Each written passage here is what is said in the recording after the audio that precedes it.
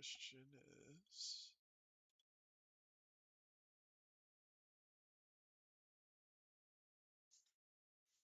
what do I want to watch today?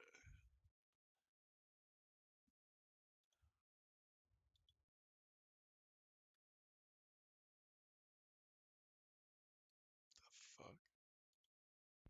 It's just Play-Doh, dude. On top of a watermelon.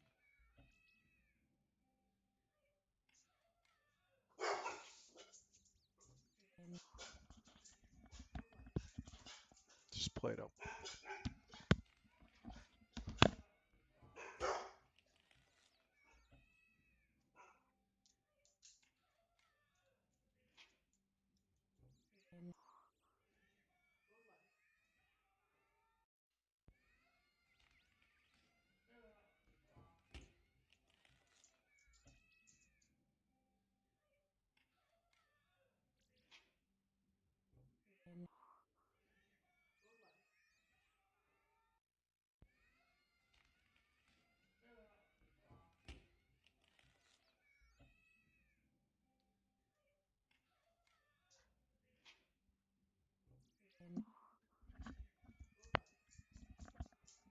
Alrighty.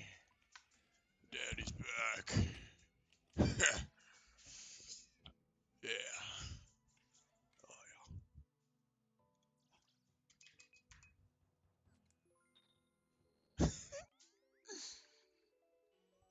Alright. We'll start with Maggot King. Why not?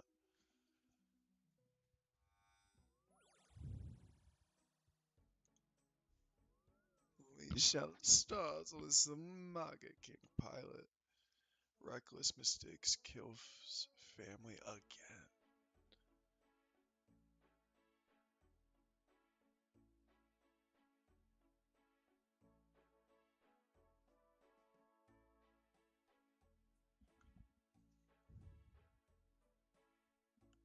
What? Let's see the podcast. I'll fucking take my socks off, bro. Feet are getting toasty.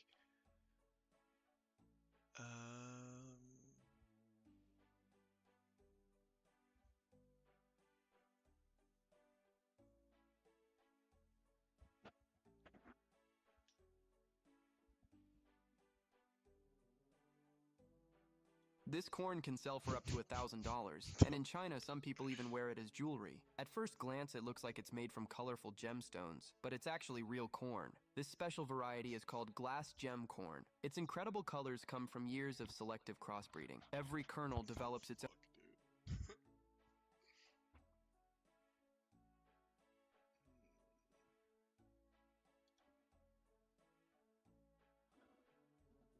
Fuck, dude. Oh. That's interesting.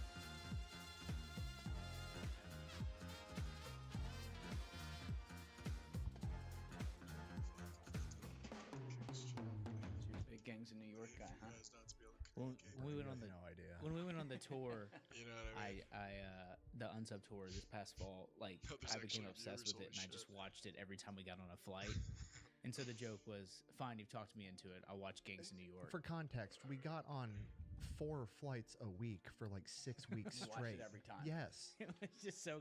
Well, what happened was I'm so tired and exhausted because like the day is long. Like when you do the tour, you show up at like 4, drop your bags, and then we go to the venue, audio check, we food. They do the VIP, and then it starts around 8, and then we don't leave till like midnight. So I would only get like 10 to 15 minutes each time into the movie, so I'm just like laid out on the plane. You Pavloved yourself into falling asleep to this movie. I did, yeah. You watched Liam Neeson die a lot of times. I did. It's rough. I don't know what happens next. Yeah. He dies in a lot of movies, though. So That's it's okay. that's his thing for That sure. is his thing. But it was just like an ongoing joke. It was like, you've talked me into it. I'll Liam watch it. Neeson, like him. Also the main character in the worst movie ever made, Which one? The Which- Gray. Oh, You yeah, don't like yeah. that movie? I Yeah, hate yeah. that movie. Why do you hate that movie? That movie is an hour and a half of edging and not getting to come. It's 90 minutes of I get to see Liam Neeson fight a wolf. No, you don't. Credits. Roll the credits. That's kind of the idea, though. It's an artistic rendition of Boy, what it might be like that's- to think about it. That's like getting wanna on see him kill a Pornhub wolf. and watching a plumber fix a sink the entire time and then he leaves, okay? Ain't nobody came to see how to fix the drain. That's absurd. What about the electrician fixing the outlet? Whatever. I don't care what No, it is. not that Nobody came to see my fat hairy ass fix an outlet, okay? That's right. That's right. Well, I like some of the cinematography in that movie, so I'm a little biased, but I see what you're saying. But how was it actually One like sec, going guys, on my tour and pizza's doing actually things in almost front of a done on the live oven. audience? Like, because I you've think had what I'll Unsubscribed for a do- long Yeah. time. You guys got multiple podcasts. You do one together too, but Let's throw this in the main I always screen. wonder what that dynamic's like because it's way different than sitting in. I wonder, there was another video that just came out.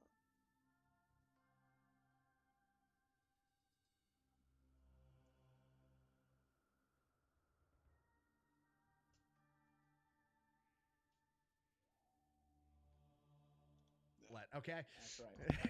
That's right. Well, I like some of the cinematography in that movie, so I'm a little biased, but I see what you're saying. But how was it actually like going on tour and doing things in front of a live audience? Like, because you've had Unsubscribed for a long Yeah. time. You guys got multiple podcasts. You do one together too, but Mhm. I always wonder what that dynamic's like because it's way different than sitting Fucking in a 4 room like minutes, this, dude. obviously. I'm It so hungry, might be man. the best drug I've ever done. What time is it? Like, It's like 3. I spent like 4 I mean, just from my hours in perspective, I have fucking the trees. easiest job. I have a bit. I come out and tell it. I have like one thing I have to do. 60 Nick feet starts up off in the the air, show. cut those bitches He down. tells I a am story, and then I have to tired. wait for my cue, and then I go up there, and then my friends work for an hour and a half, and then we hang out again. But It's a good job. it's great. But it just kind of happened naturally, and it's everyone at Unsubs, we're all like we're very tight. Like There isn't any like good like and for me, like it's just like podcasts or anything the to listen to craziest lately. experience. There's no like direct linear Unfortunately. path from like getting out of the Marine Corps, going to college, working in I also have healthcare, ADHD, so I can only like watch holding a up video for cardboard, so long. going on tour with your best friends. Like it's not doesn't make sense, and it sounds Let's like fucking a sit fever here dream. Like I have like stewing in malaria, the and I'm like seat, man. reciting something, I but it's gotta just move, like gotta do something. it's crazy. The energy in the room's insane. The fans are awesome, and they're screaming at the second you like walk out there the entire time. Like it's That's cool. it's I mean, that's insane. That's the thing. Like, it's less scary than you think. I because, hate like, when you clean your glass. It's not like being a stand-up they end up being, comedian, like, you know. Like, 30 I'm not times going out more there trying to bug. win Like, over you the crowd. smeared Like, the the crowd grease. already knows who I am. They already like me. So I just have to show up and meet expectations, which is pretty easy when the expectation is to be yourself hanging out with your buddies and get drunk. Yeah. So, I mean, it's a very low bar to make everybody happy. So they're thrilled. It's a lot of fun. That's cool. Yeah, I see a lot of guys doing that these days. All I don't right. know. Like, I think We're it's like- also a different was this dynamic day too 4 of the from the Maggot outside King? when you We're have like a really 402 big, kills fun in. group podcast where it's like the boys and everything 402 versus kills like one in. where it's usually me talking with someone else or something No like that. I always drops. wondered if it would be like So you do we're 3 hoping hours to and we finish that actually have the today. same kind of That's conversation. I don't know, but like if you're drinking with your boys, like Oh, you go on horrible. stage, everyone's rowdy in God, the I hate crowd. That's that, probably boss. gonna be pretty good. Yeah. I mean, it's definitely, it fits well for Unsub. I don't know how it would fit for, like, you know, the Joe Rogan experience or like other podcasts. I think it's very podcast specific. But Unsub is, the whole thing's always been 4 friends get drunk, fly somebody out they want to hang out with, and so That's it it, works. dude. It works good. Where do you guys film out of? Unsubscribed films out of San Antonio, and then Underwhelming films out of Nashville and Iowa. So you're just bouncing on because you live in Iowa, so you're bouncing around all the time. I've been in 7 states this month. Yeah, and I've seen him almost all the trips. I'll be in Las Vegas tomorrow. Yeah. Hey guys, 3 quick things. Number 1, if you haven't subscribed, please subscribe. It's a huge, huge help. Number 2, if you'd like to join my Patreon for early uncensored releases of the full episodes, you can join via the link in my description or in the pinned comment below. And number 3, if you'd like to join my clipping community for a chance to make content from the show and make money, you can join via the Discord link in my description below. Yeah. You ever get tired? Yeah. I'll worry Just about it keep later. going? Yeah. Yeah, you got a YouTube channel as well you're keeping up with. I mean, that's the one benefit of this. Like, I record here, so we have a lot going on all the time, but I know where I'm at all times. But then I'll have guys like you in, and you know, you guys are flying all over and somehow keeping that balance. I'm not jealous of that part. That's Yeah. hard. It's a good time. Yeah. It's a good job. You get better at traveling. That's probably Yeah. like there's ways to like relieve pressure, and like it's little things. You get pre-check, you get clear, you fly enough times, you get upgraded. The upgrades turn into more upgrades, and so like it's those are the things that honestly like mean the most, because like it's little things to be more comfortable that'll like make the whole trip better, at least in my opinion. Because like, you know, Look if at you're that shit, boys. scrunched up next to someone, It's a the AC's not Tostino's working, pizza. and you know You it's just know it should be illegal to have that the shit windows is open going on a to plane sear before noon. your I don't know who's looking No, it shot outside the top of my mouth, of the window. Like this morning, the guy. 3-hour flight. It's still white outside. Absolutely I don't- annihilate the the top of my dude, mouth if I bite that the dude right next, now. the dude Gone, at the row dude. across from me was like, Skin wow. He was like looking instantly out, and I'm gone, like, dude. it's No the earth is longer- flat. I don't know what he's looking Taste at. buds but like cooked it's just, and immediately. he was like, mesmerized by the clouds, and it is not. Yeah. We took off at like 7. The whole time, like, dude, come on.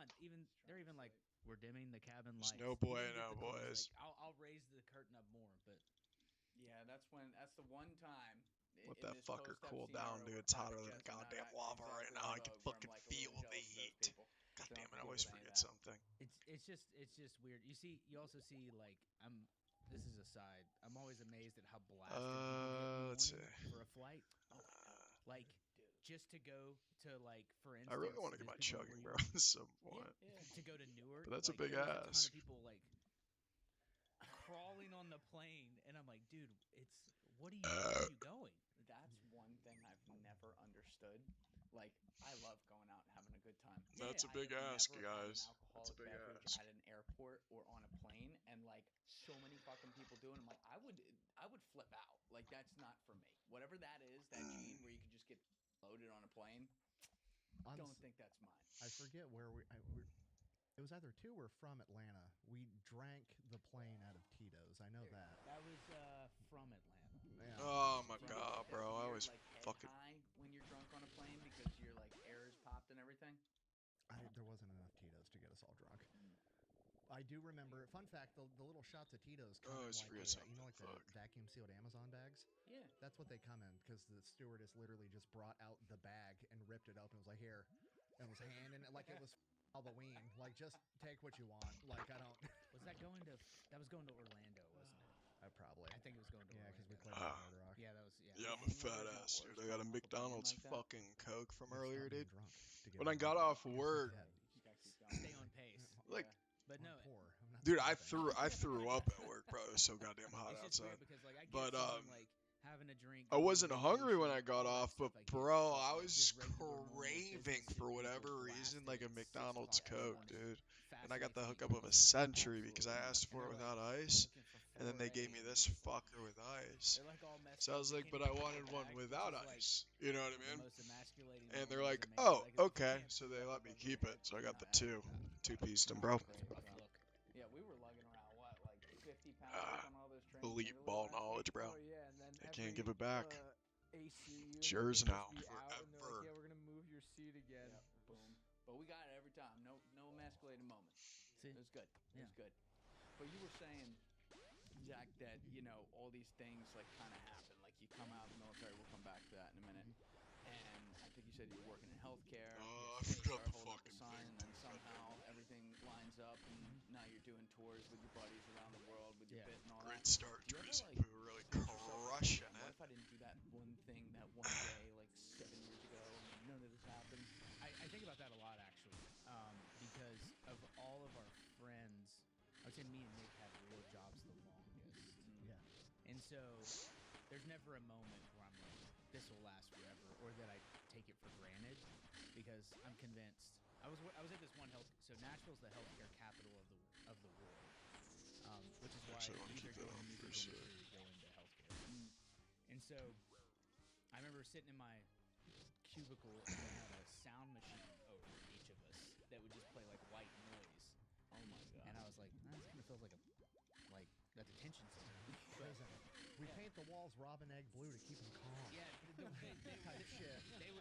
the walls were all the same. It was stuff like that, and I just remember I was like, I'm wearing a suit though, but I just remember like that, and then I look at my life now, and it's normal even to my family of like, what are you doing today? Oh, I'm going to New Jersey, and then I've got to go to Vegas, and blah blah blah blah blah.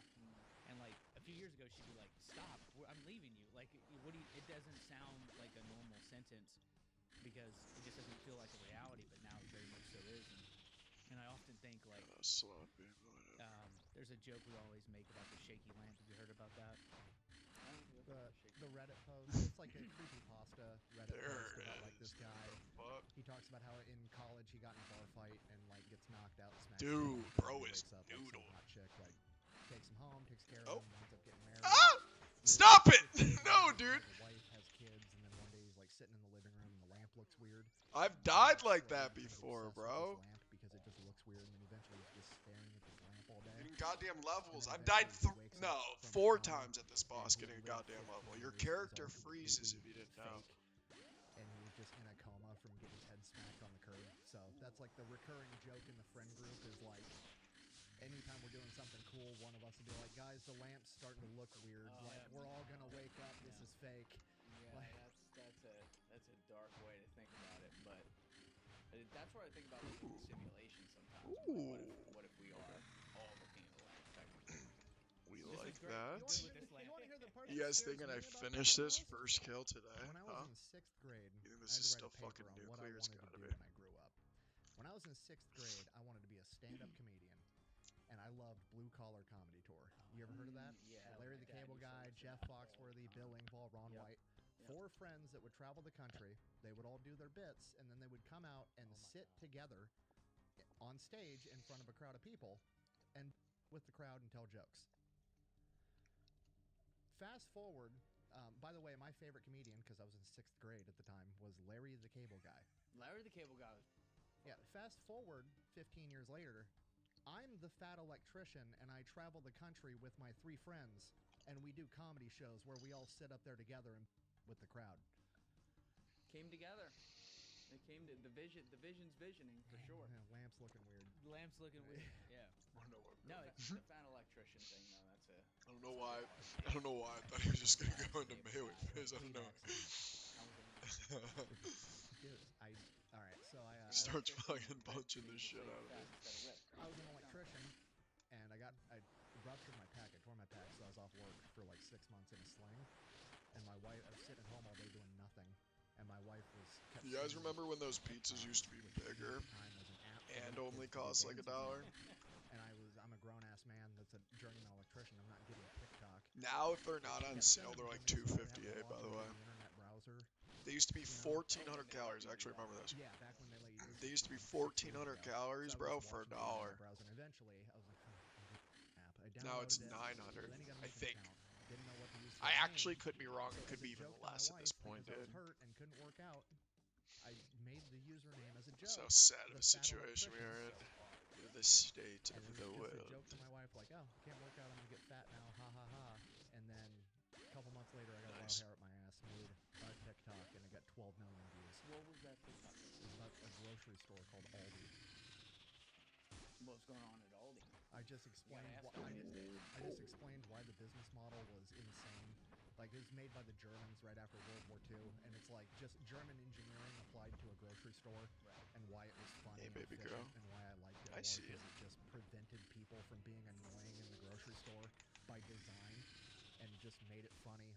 Got a ton of Uh-oh. views, and then I just kept making I videos. fucking and hate now this Like, game. honey, I'm a TikToker. I'm the fat electrician forever. Yeah, but a TikToker. No, I switched to YouTube pretty Switch quick. to YouTube. Yeah. That's good. Yeah. What's funny about it is Aldi's such a legit business that everyone admires it. That I wrote about it in business school. I did a case study on it. Nope. Like it's that good. Like they do. Basically, they've decided the best way. Oh, he moved 2 spaces, bro. They don't put stuff in. He special sometimes packaging. does that, dude. Fucking Christ. It's cheaper than everywhere else. When you walk into an Aldi, there's no like entryway, and you can like walk left and go down. Why is all it the saying he's at aisles. 63 You health, walk in, bro? you're in an aisle. The only way to go is left.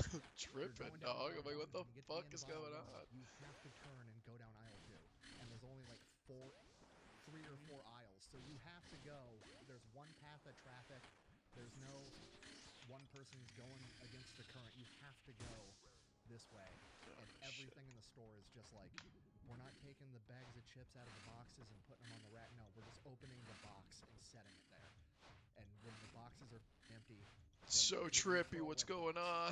And then we don't give out bags. You're bagging your own groceries. You can take the boxes if you forgot bags. So then they get people to take their boxes for them. Like, it's just You put your cart streamlined. back. You get a quarterback. All these these like little things that they did to make it efficient. So It's like the real Autobahn of grocery stores. Pretty much, yeah. Yeah. I don't know the last time I was in an Aldi. they also have really good food. Like the quality of their food is really good It's because like Costco level. yeah, probably better honestly because they have to meet European standards on the quality of their food. So like minimal GMOs if any at all. Like if you're getting like a cookie for instance, like it's actually just like flour, sugar, chocolate chips, the end. Not like a bunch of like weird stuff. See, that's the thing, and we say it every time we like go over to Europe. We'll eat like hypothetically and things like that, drink a lot, and somehow we feel decent the next day because there is so much in all our foods here. I was even looking at a protein bar the other day. I think it was like, I don't want to get the company wrong. I think it was a David bar, and I went and said, let me check out the ingredients here because it's like pretty good for you. Like the macros all look good. I don't remember what was in there, but it was some sort of like corn syrup and like all these other preservatives. Like, no wonder I have to take it within an hour, like not the good kind, every time I have one of these. You know, it's like something went very wrong in our society where they just let that happen, and it's just a very bad slippery slope these days. Yeah. It's pretty rough. It's keeping Ian Carroll in business, though. It is That's how I keeping found Ian out about Carroll in him business. was all the food shelves and how it's all like owned by one company. I think it's Unilever.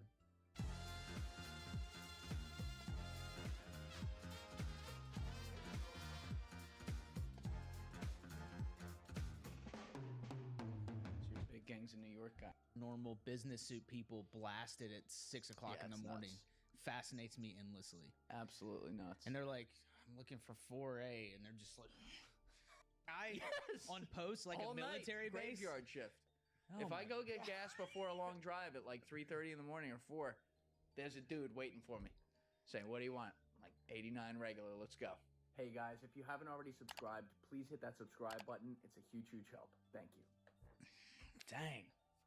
I don't know. I feel like you're just one step away from being like, you're over your monthly allotment. Go back home. I mean, it was a 1949 law. We've been good on this. I'm one. just saying, the like, it just biggest, feels like proponent. it's one step away from being like, let's cap those. What? The fucking balls on your government in 1949 to be like, oh, all you guys that just won World War II that were literally having Jeeps mailed to you in boxes and assembling them in the field and driving them into combat. You just got home, got your life together, and now you can afford a car? I don't trust you to pump gas. No, I'm not buying it. Hold on a minute.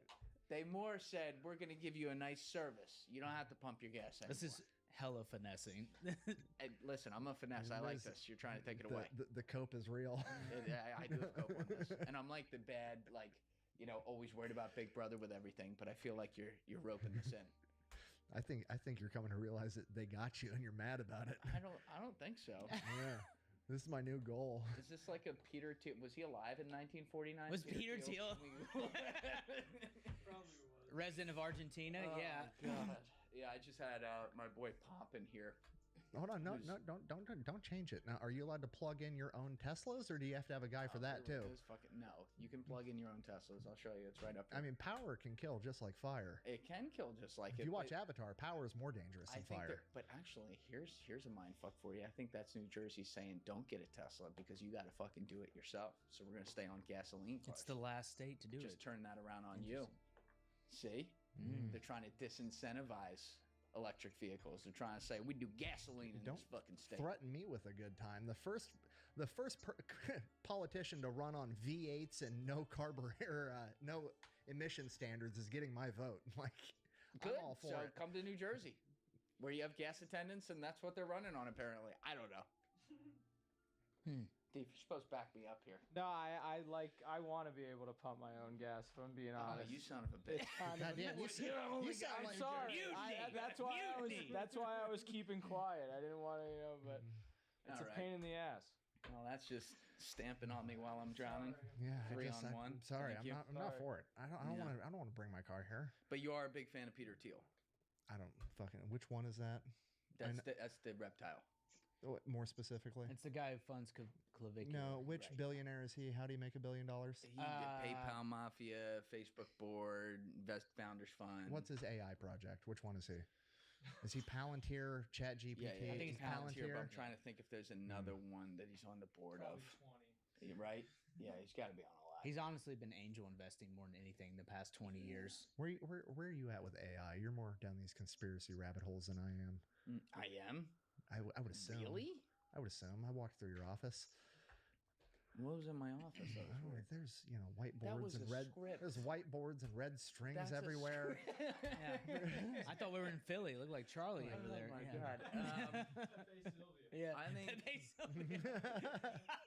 I think AI's in this sense, I think it's like every innovation before it in one way and then unlike it. The way it's like it is that people have always been afraid of the next big technology and they say it's going to end the world and yada, yada, yada. But it just over time, even if there's pain, like it creates overall progress. And I think there's a lot of great things AI can be used for.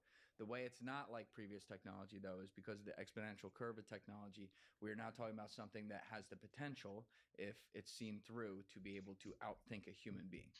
And then there's a lot of weird slippery slopes with that. I'm going to be honest with you. Every AI I've ever fucked with can already outthink a lot of human beings. Right.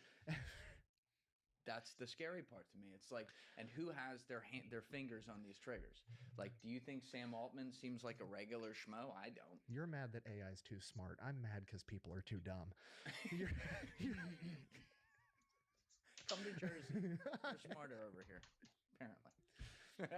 All right. Maybe they're smarter because they haven't been inhaling gas. We are not going to sit here. I'm not going to sit here and be a cuck at the gas pump being like, I feel so smart right now. I've never had someone fight. It's always the opposite. People are like, yo, people pump your gas here. It's I awesome. will never in my life pull up with my car and look another man in the eyes and be like, yeah, bro, pump my tank. It's not happening. Stick it in. You do it. I'll watch while I sit in this Stuck a chair. coffee in the freezer Not happening. so I can have nice coffee. I'll be pumping the gas. Did you guys have fun? All right, I'm going to go. Yes, boss. Okay. She full? All right, I'm going to take off. Okay. Like, we good? All right, no, I don't need a Game receipt. time. No eye contact. It's weird. Let's go. I think you got to make a TikTok cute before you you are. leave. Do you tip the guy? Is that No, you don't tip. That's one. Like, I'm a huge tipper. That's one thing you don't tip. The gas station Yeah, attendant. 'cause that's his job. Full salary.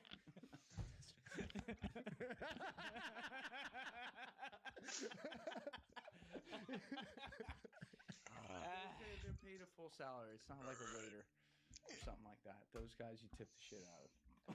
Look at you, King. Look Don't at tell me you. you tipped the gas attendant. You tip? No. Okay. But sometimes they'll hit the hood for you or the Oh, yeah, windshield. give them $1 when they do that. There you go. You They might never tip them. do that though. Yeah, Ever. no, I not haven't anymore. seen someone do the window squeegee in probably like 10 years. Yeah, there's no class anymore. Yeah, and the thing that pisses me off about that is like I didn't ask for that. Maybe I like my window dirty.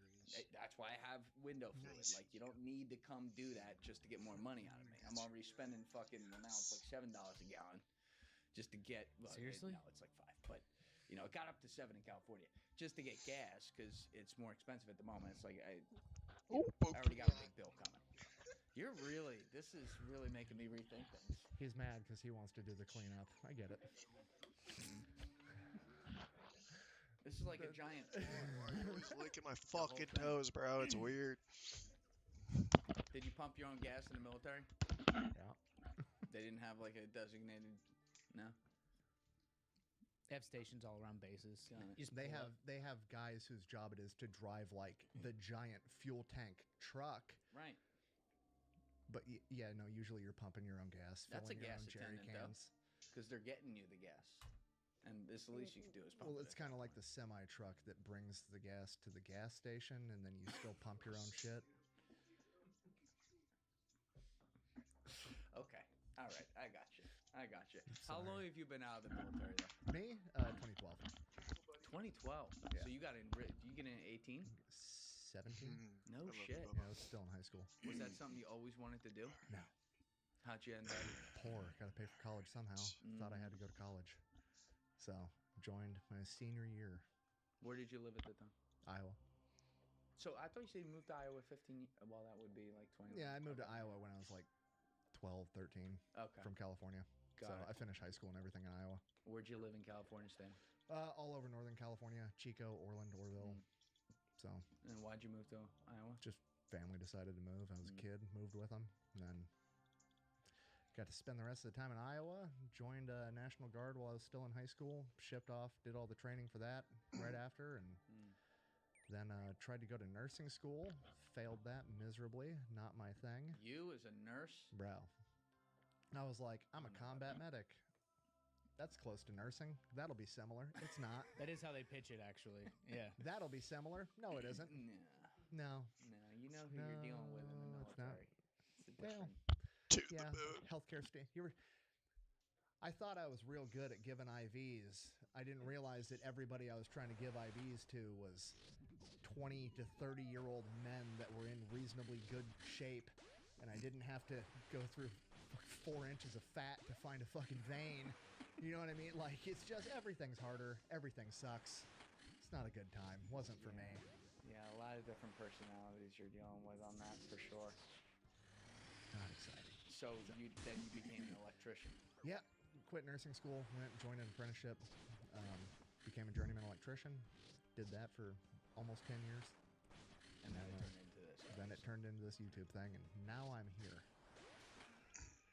Now I'm in New Jersey where somebody's pumping my gas for me. I'm at the peak of luxury. That's right. It is cool though, because like I think that there's been a recent movement over the last 5-6 years that I've seen more to where like trades that, by the way, are like really good jobs, electrician, plumber, all these things that have less people going into them. They're starting to say like, hey, more people should look at that instead of spending fucking $200,000 for a gender studies degree. Yeah, absolutely. And like the other thing is like that most people don't think about is it gets pitched to all these kids as like, you need to find what you're passionate about and then go to college and get a degree for that. I got a newsletter. You don't fucking even know who you are, let alone what you're passionate about or what you want to do. Trying to figure that out when you're 16 and plan the rest of your life, very small margin for success. You have no fucking idea what you like. You've been hanging around the same people exactly your age that grew up in extremely similar circumstances. You think you like the same shit. In 10 Not years, you're making going to look that back at what you maggot were a into in high priority school and target will cringe. always And be like, I just can't believe I make did no that. fucking I can't sense. believe I wore those clothes. I can't The believe I second listened he to that throws music. I it, can't believe oh my any of it. God, dude. Like, why would you stage your whole life off of what you thought when you were 16, 17 years old? Because that's what the system The sold second you he is throws actually it, like it a should modicum of truth. And I don't Automatically think it's ever been. overlap Right. the But like boss's the trades in particular is, whatever I don't you think I call would that be here if I fucking wasn't name an or whatever. It electrician should just first. take priority over And the reason I boss. say that is, I can call my boss that I had, and I can fly back to Iowa, and I could probably finish out the workday if I want my old job back. Like, I still have a journeyman electrician's license. I can go anywhere in the country and get a job making 6 figures right now. You know what I mean? So, like, me being able to quit my job and be like, I got a wife and kids, and I'm about to quit my job to be a fucking YouTuber, that sounds like it's going to fail for sure. But I had a certain level of confidence in knowing, hey, if this doesn't work out, worst case scenario, I go back to where I am right now. Yeah. My life can't get worse from what I'm already doing. I'm living the worst case scenario. It can only get better, so I might as well try. And I tried and it worked. And if it didn't, I would have went back to being an electrician and I could have said I tried. You know what I mean? So like when you get these trade licenses, you become a journeyman electrician, a journeyman plumber, any of this stuff, you have that for the rest of your life. You can always fall back on that. Like my new minimum wage is a 6-figure salary with full benefits. That's amazing. You know what I mean? And like you can get, if I wish, like, I don't wish I didn't join the military, but like, had I known that this was an option, I probably wouldn't have, because the whole reason I went was to go and pay for college. Right. And if I would have known that at 18 years old, I could have joined an apprenticeship and been a journeyman electrician at 22, making 6 figures, why wouldn't you do that? And then you have that for the rest of your life. You're still 22 years old. Now, if you want to go to college, you can go to college and fucking pay for it. Right. And if you don't like it, guess what? You can fucking quit and keep doing what you're doing and dick off and try different stuff till you do find what you're really passionate about. And then you can go do that. I don't think they want people to know that. It's insane. You know? There's not a lot of jobs that are, like you just said, where it's like, you know you can come back to it because you have that skill. There's no bullshit. People, if the job needs to be done, you can be plugged in and do it. All these other, this whole corporate mindset is like, well, you got to rise through the ranks. You go from fucking associate to VP and this and that. And if you stop, God forbid some girl goes home and has a kid and decides to take a couple years off, she's like done in the chain. You know what I mean? Yeah. Like, there's something about that just feels like that's the fucking plan. And I think that we're in a moment where enough people are waking up to that maybe it can change for the next generation. I really believe that. You know, you see more people do what you did, or more people actually like take a chance on a career and things like that, go out and try to make something. Like, that's what the American dream's supposed to be, I think. Like, either or, you know? Just trying to Yeah. ticky that I just hated in corporate life. I case. wasn't even good at it. It was I was range, really, bro. really Range bad can at it. hit I for can't stress that fucking enough. like 50, Like, it's just, bro. I've been fucking TK'd. especially coming from the military, the problem I had was like in the military, at least when I was in, you know, when you're in like combat arms, like the infantry and doing stuff like that, and Nick can attest this too, is you work until the job's done and then that's it. Like, you go home. Like, you get the job done, you go home. You're training, you go home. And so, like, I treated most of corporate life like that. If I was done, I was done. And they'd be like, no, you're not done. You got to stay. And I'm like, I don't understand. You gotta sit underneath this fucking white noise. Sit underneath the... You have a suit on, though. That's the other part that... You know what I'm saying? Like, I completely agree, because, like, when I was an electrician, it was like, don't get me wrong, there was times where, like, I was dicking off at work, but, you know, I was with the boys, we were doing pranks, whatever, with each other, but, like, for the most part, it was like, if I'm somewhere as an electrician, there's work to be done, and I can do something, and I really enjoyed, like, showing up to an empty plot of land, and by the time I leave, there's a fucking house there that's got the lights on. Like, I enjoyed seeing that progress, but I enjoyed there always being work to do. And I have a bunch of friends that work in corporate and shit. Like, I have a buddy with a history degree that's a fucking banker, like, and he's like, yeah, I have to work, not him particularly, but like, these people are like, oh, I have to actually work like maybe 6 hours a week, and the rest of the time it's kind of just me fiddle fucking around on the computer. I just have to punch the clock for fucking 8 hours a day. Whereas like a lot of these trade jobs I have, my boss would be like, hey, here's what we got to do today. I bid it for 8 hours of work. Fucking, if it takes longer, it takes longer. I got to pay you overtime. If you get it done in fucking 6 hours and it's done right, you want to go home, fuck off. I don't care. Yeah. Like, this is what we're doing today. Well, Get that it would done. make too much sense. Yeah. You know?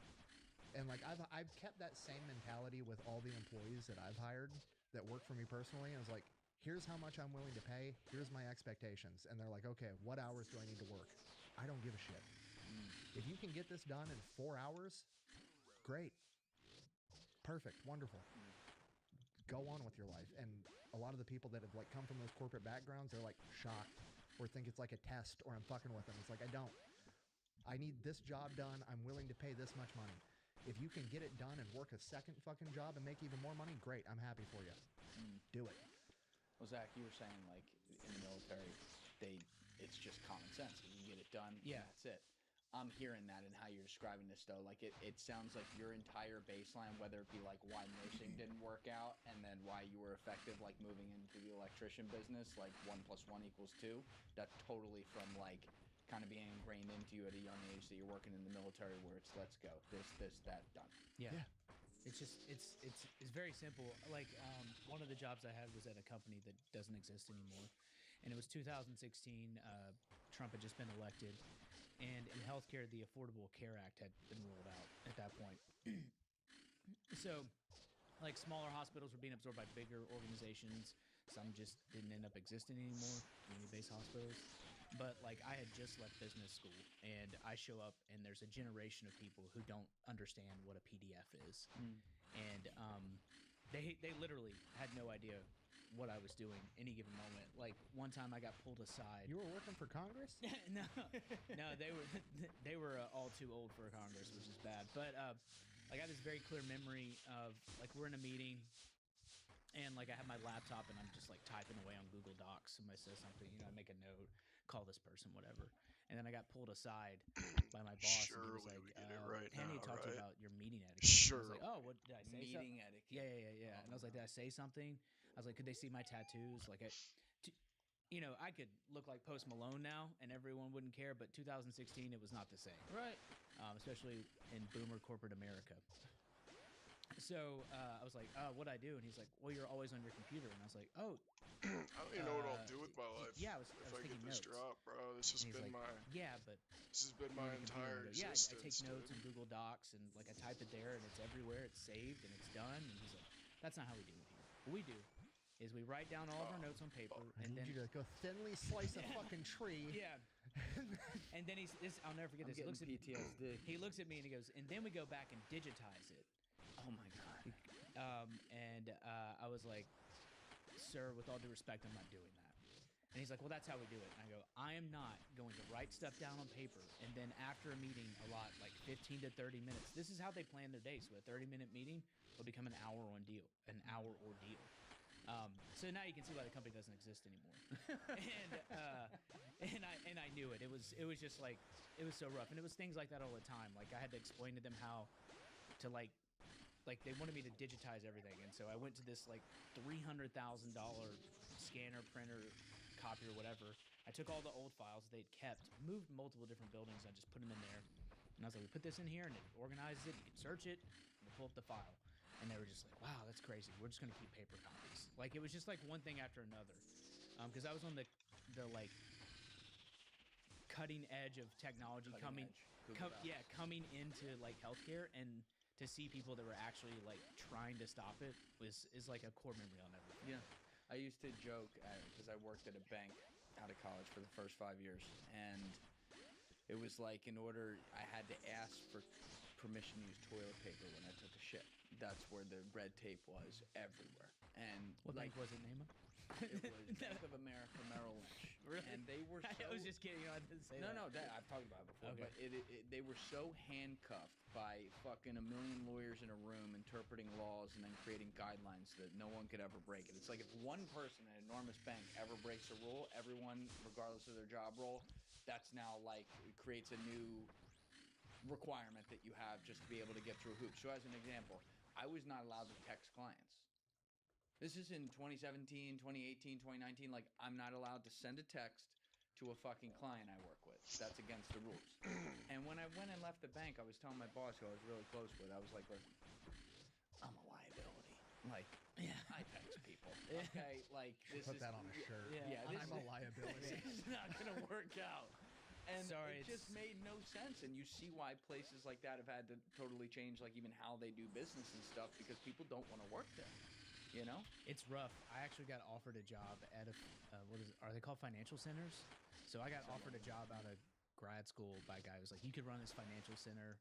He's like, you could be the whatever. And this was 2020. And I was just like, I don't know, man. I think banks are kind of going the way of the dodo bird. There's like less and less of them. The ATM can literally do everything you need. You can deposit your checks with your phone. And he was like, dude, banks will always exist. And I go, I didn't say that. What I said is there's not going to be these anymore. In a different form. And I don't think he works at any of the banks anymore. Is there a certain age that people hit where they're just like, that's it? No more new shit ever. Because like I experienced this same thing even working in like the trades, where like some of the older dudes that have been doing this for 30 years I would work with, and they would just adamantly hate new power tools that were like extremely fucking convenient. So like as an electrician, you have to cut a lot of like metal piping to run wires through, EMT, rigid conduit, whatever it is. And when I was first an apprentice, they had, recently come out with a portable bandsaw. It's this big, and it's a fucking bandsaw that you can cut metal with a battery from like DeWalt or Milwaukee. Pick it up with your hand, and cut the pipe. Up until then, everything was either a big machine they were cutting it on or a fucking hacksaw. Old guys fucking hated it. I had a couple old guys try to tell me that for my first couple years as an apprentice, they wanted me to cut with a hacksaw anyways because I needed to know how to do it. I was like, I don't need 3 years of experience to know how to cut something with a fucking hacksaw. Okay, A, I already know how to do it. B, that's stupid. I think you need a I'm not day. doing it. Or even the difference between a regular hand drill and an impact drill. They fucking hated the impact drill, which was hilarious because I don't know what it was with these older guys. It's like they didn't have, I don't know if they didn't play video games growing up. Control? They didn't have any throttle control. To them, it was 0 or 100. Yeah. So every time they'd go to hit an impact, and they'd go too fast and fuck up their shit. And I was like, just don't squeeze it all the way. It's fine, bro. Just have a little sensitivity. Your poor wife. This is fucking awful. Like, what are we doing here? Like, no, I think it's the two themes of what you're saying are people get used to what they did, and also people want other people after them, the young bucks, to have to go through what they did too. And so the idea that like someone like you could come in and be like, hey, we got these really cool new things that can do the job better, they're like, nah, You gotta do we're it's like cooking your right old now, math teacher. boys. It's like, no, you have to show the work all the way too. It's like, but bitch, I got the answer. Doesn't matter. I loathe the attitude of I did it, you have to suffer through it like I did. I fucking hate it. I do too. It is the worst attitude for Social Security. Here we go.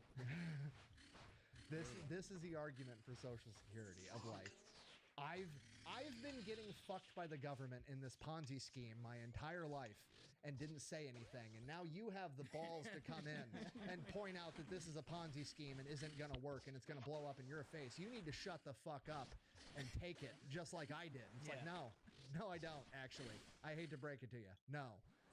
I don't know. I can't. When does it stand run that out? attitude. 2032, I think. Yeah, can you explain this to people why, you know, it is Why do very you say- problematic, if you will, and Why do you call say it a Social Ponzi Security scheme? is a Ponzi scheme? Because it fucking is. I know, but Like I explain don't. it for internet. Oh my god. Okay. Thank you. One of the Yeah. problems you have is in a Ponzi scheme. Okay, you have I don't know a generation of a lot of people. We'll call it I don't know the baby boomers. If you had to name it. A lot, big number. Yeah. Big number. Yeah. And they start at the bottom Yeah. of this shape. I don't know. We'll call it a triangle or a pyramid, so to speak, like a Pyramid. structure. Like a This yeah. big Like a pyramid population, scheme, if you will. this big population starts at the bottom, and they start paying into Social Security. They think for some reason that the money is going into a savings account or a retirement account, and it's just sitting there waiting for them. It's not. They're taking their money and they're giving it to the older generation above them. Smaller generation. Okay, not as big, not baby boomers. Greatest generation. They won World War II. They were awesome. Okay, so they're paying all their money to them. Okay, that's fine. And then they have kids. They go down here, but they're a smaller generation also. Okay. And all their money goes to the big generation. Okay, and then the generation below that's even smaller. And now after 5 generations, the big part is at the top of the fucking pyramid, and there aren't enough people to pay in to fucking get them the money they need. So what you're saying? Well, a Ponzi scheme is when there's no underlying asset. Go. So there's no underlying asset with Social Security. There isn't. And then you take all the money from the new investors and pay off the old investors, which is Yeah. exactly what Social Security is doing. It's a old fucking Madoff. Ponzi scheme. Yeah. Now, how do you fix it? You fucking quit doing it. But pull the rug out and say it doesn't exist anymore.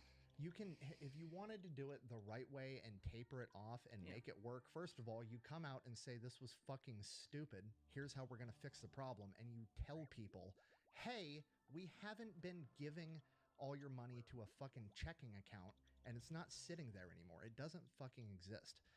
Okay? You get a fucking cutoff. First of all, you let people opt in and out of it. Because right now, I've been paying into Social Security since I was 14 years old. If you gave me the option, sign away your rights, we're not going to give you any money back, I'll do it. but you never have to pay Social Security again, and you're just done. I'm signing that shit so fast. Keep the fucking money. Leave me alone. That would make too much sense, though. Exactly. Everyone would opt out. Everybody else, you taper it off. You say, okay, you're 40, you paid in for this long. We're going to quit collecting Social Security, and then when you reach retirement age, you're going to get this level of benefits Yeah, for the amount that you grandfather paid in. clause. A percentage. Like you paid in 60% of your working life, you're going to get 60% of Social Security. We highly advise that you, as an adult, take the money you're saving by not paying into Social Security and invest it for your fucking retirement.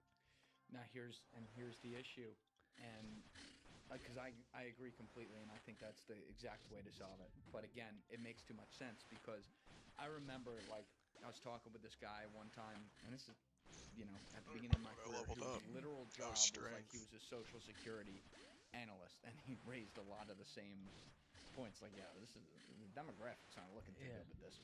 But I was like, how do you end it?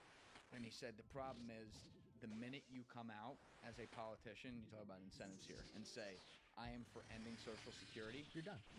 That's a 90% wrap. of the time, You're done. You're done. You might But as it's because there's a fundamental misunderstanding because the amount of people that genuinely have the rebuttal, I paid into it my whole life, that's my money, under the notion of it's sitting in a savings account for me. You're trying to take my money. It's like, no, dude, the government already took your money and gave it to other people and then raided it every time they wanted to go invade the Middle East. And you sat by and did fucking nothing about it your entire life. I'm sorry, that's not my fault. I didn't do that. Just because you were kicking around letting the government fuck you your entire life doesn't mean I'm obligated to do it too for your benefit. Sorry. 100%. Like, that fucking sucks. You should probably get a hold of the government that did it. Quit getting mad at me for not wanting to get fucked and get mad at the person that's fucking you. Yes. Like, that's the analogy I give. Like, if, I don't know, if Zach is robbing us, okay, and Zach comes up to you and is like, give me all your money, and you have $500, and then he robs me and I only have $100, are you going to get mad because you got robbed more than me? Or are you just going to get mad at him because he got robbed? No, you're directing your anger at me because, like, you only lost $100. Right. Shut the fuck up, bro. Like, no, we both got robbed. That fucking sucks. Let's blame him. But they don't see it that way. It does seem to be, I don't know if this is the right word, it does seem that there is a generational cognitive dissonance with the baby boomers. I mean, and you know, my I guess fastest time. Here we go. The fault in democracy as a whole. Yeah, but they close. also, you know, caused the opioid crisis, multiple wars, Social security collapsing. I mean, they literally had the world handed on to them on the platter. It's just like, don't mess it up. We won the war. Do good. And they're like, we're gonna pump GMOs in the food. we're gonna poison the food, and then we're gonna sell heroin through Walgreens because it looks pretty. Because historically, opium has been known to be a good thing. Like that's like the opioid thing bothers me to this day, especially someone in healthcare. I used to see those vultures. You know, they would show up in their high heels and their business suits, and they're just like, you know, just looking at doctors like, you want to go on a free trip? Yeah. All you gotta do is give them clean looking heroin. And like no one blinked. They all were like, "Oh, it's fine. It's fine." The study said it's good. Oh, who did the study? Jeff. You know what I mean? Like they did the study. Oh, so it's an internal study. Yeah, doctors wouldn't lie. Why would doctors lie? Because they get paid more. Like it's just all this thing. And so it's like one thing after another. And then the biggest boom they're gonna do is we're the ones carrying the bill for all of it. They made all of these problems, generational problems. And now they're looking at us being like, AI's taking jobs. And I'm like, well, you killed all the jobs. You killed all the food. You killed all the things. And then it's just kind of like this. It's really weird, especially when you're in a place of like, and you guys are also in charge of most of the government. Like, yeah, I think so. Of course, like every generation, there's a subset, and it's a different number. It's just the way humanity works. But there's a subset of people that are either incompetent, evil, or both, right? And they certainly have that. But I think when you have two things take over society, which I would argue it has throughout the life of baby boomers, and that those two things being groupthink and backwards incentives, it causes a passivity, and you said it perfectly, a cognitive dissonance. Yeah. To how, you know, this one little block right here is not just one little block. It's one of 1,000 blocks that we're stacking into this entire, call it actually instead of cards, into an entire house of cards, and eventually the music's going to stop and someone's going to flick it and the whole thing comes down. And they just, when you're putting each card in there one at a time, it's just human nature, the boiling frog idea. Like, you don't think of it that way. And now we're starting to see that frog's getting fucking hot in there. Yeah. And our generation is seeing that, and now the anger's directed. I get it. The other part is the baby boomers exposed, like, the flaw in democracy as a whole. Because it's a bigger generation than everybody else. And as a bigger generation, like I said, when you don't really know yourself in high school because you're growing up around other people all the same age. There's certain fads, there's certain things you want at the same point in time. When the new toy comes out at Christmas, everybody wants that new Nerf gun. Everybody wants the new particular bike at the same time. Turbo Man. It's that on a generational level. Mm-hmm. So as a generation, around the same time, everybody wants cheap college. And then everybody wants cheap housing. And then everybody wants low taxes. And then everybody gets towards retirement, and then they want benefits like Social Security, which means high taxes. And because they have the bigger voting numbers, they're constantly able to impose what that one generation wants on the rest of society. And they're not even doing it maliciously.